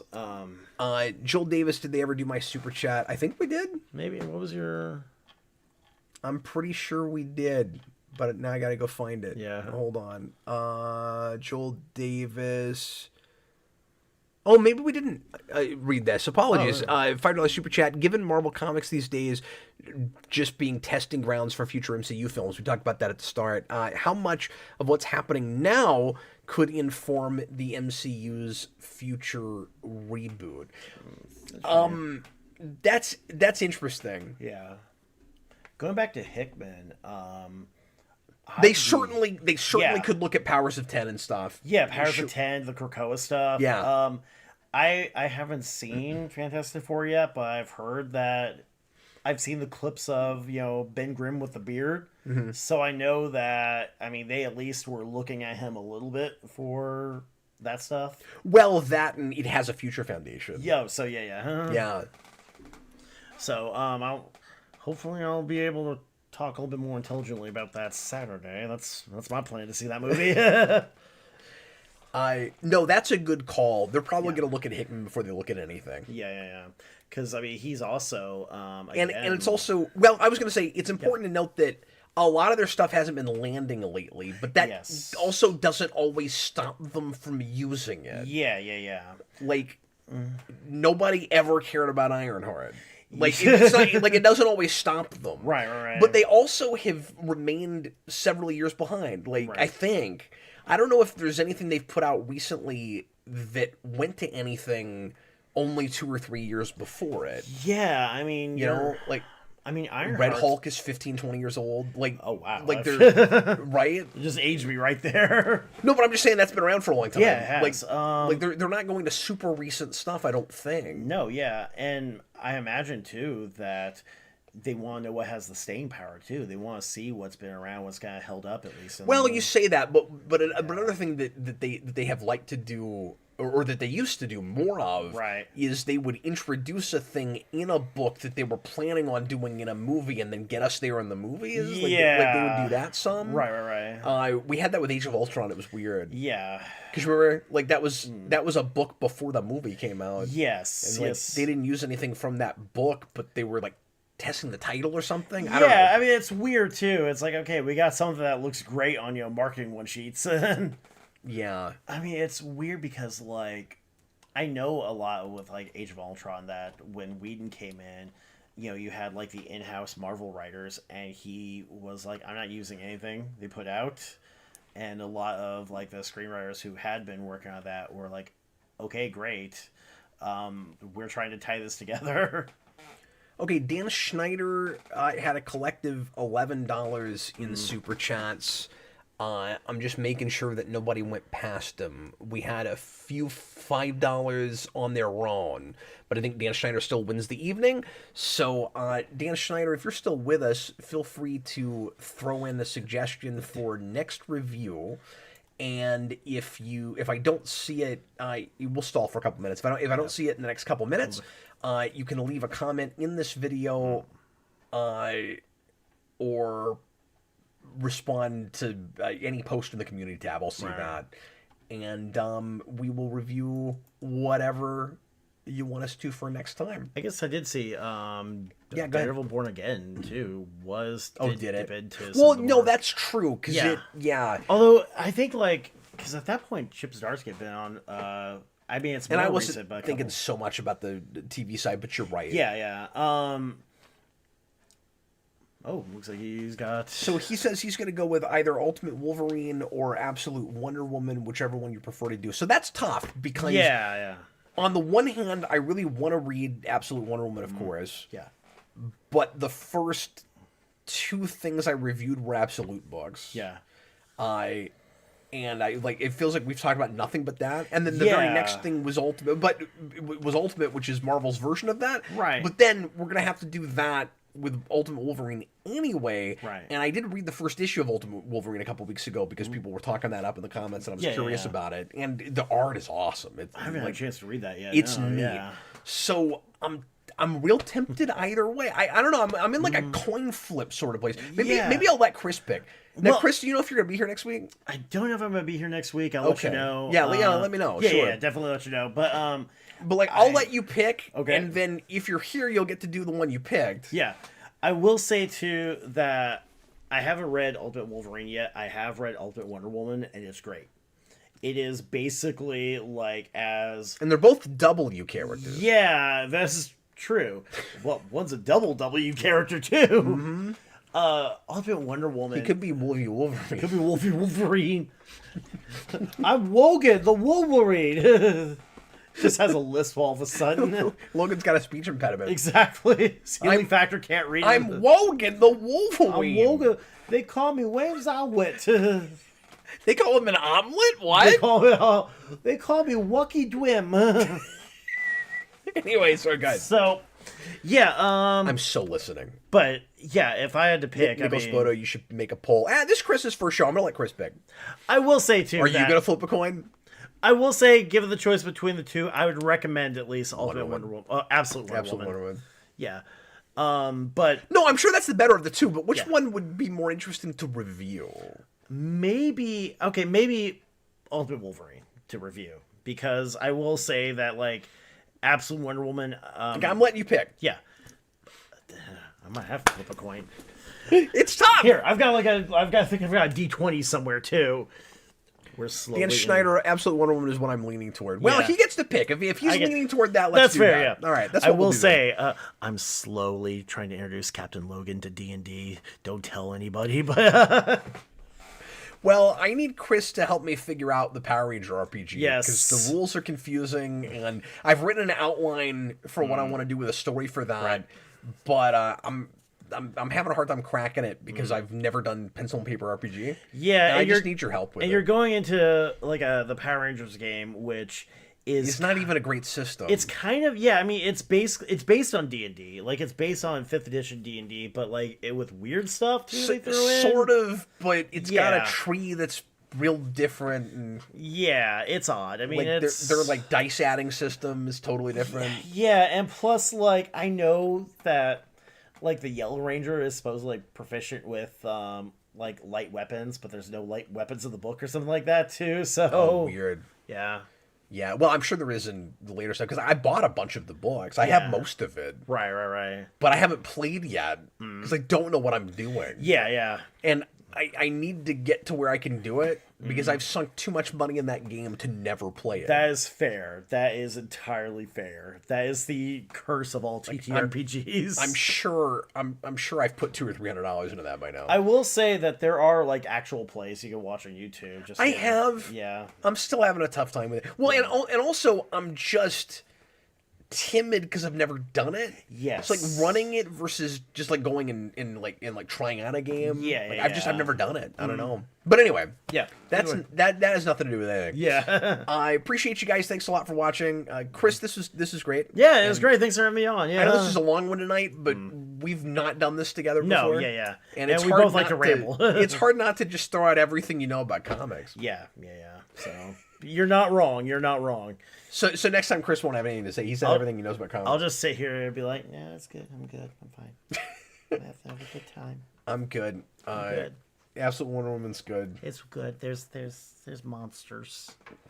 I like monsters. Okay, so more Absolute next week. We're still theming it. It's Absolute or it's all. I think we can be pretty sure that for a while it's going to be Absolute or Ultimate. Yeah. I keep waiting for somebody to bring in a creator-owned thing, like one of the more because there are some really popular things at Image and Dynamite and other things happening that are original books that you haven't heard of. I know before. there's like the whole Radiant Black that whole thing that's like a creator-owned like semi Sentai. Yes, and actually that was my that was gonna be my pick for last week if.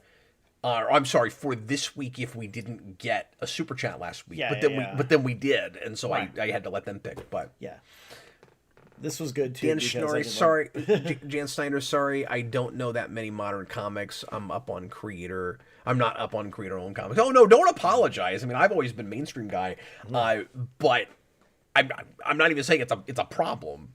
I'm just surprised it hasn't happened yet. We just pull out some like really depressing, like black and white indie comics. Like, all right, everybody, today we're reading blankets. This is what we're here for. Blankets. Then we'll do trees. Nicholas Bodo, I had a great time tonight. Would love a playlist for the series. I need to get my playlist updated. I've not been keeping up with that at all. Yeah. But anyway, thank you guys. Really appreciate you. Chris, come back as often as you can. I will, absolutely. This is great. I'm hoping to get Chris as often as we can have him. You seemed perfect for the show, and then we had you. And it was true. Yeah, thank you very much. I'm glad to be here. So yeah, I think you've earned your stripes. Thanks. Yes, I made it. Appreciate you, buddy. I'm gonna run a victory lap around the basement here. We got the space. You can do it. Yes. All right, we'll see you later, folks. I was Captain Logan, and this was Chris. I'm Chris. You guys are great. See you soon. Bye, everyone. Bye, everybody.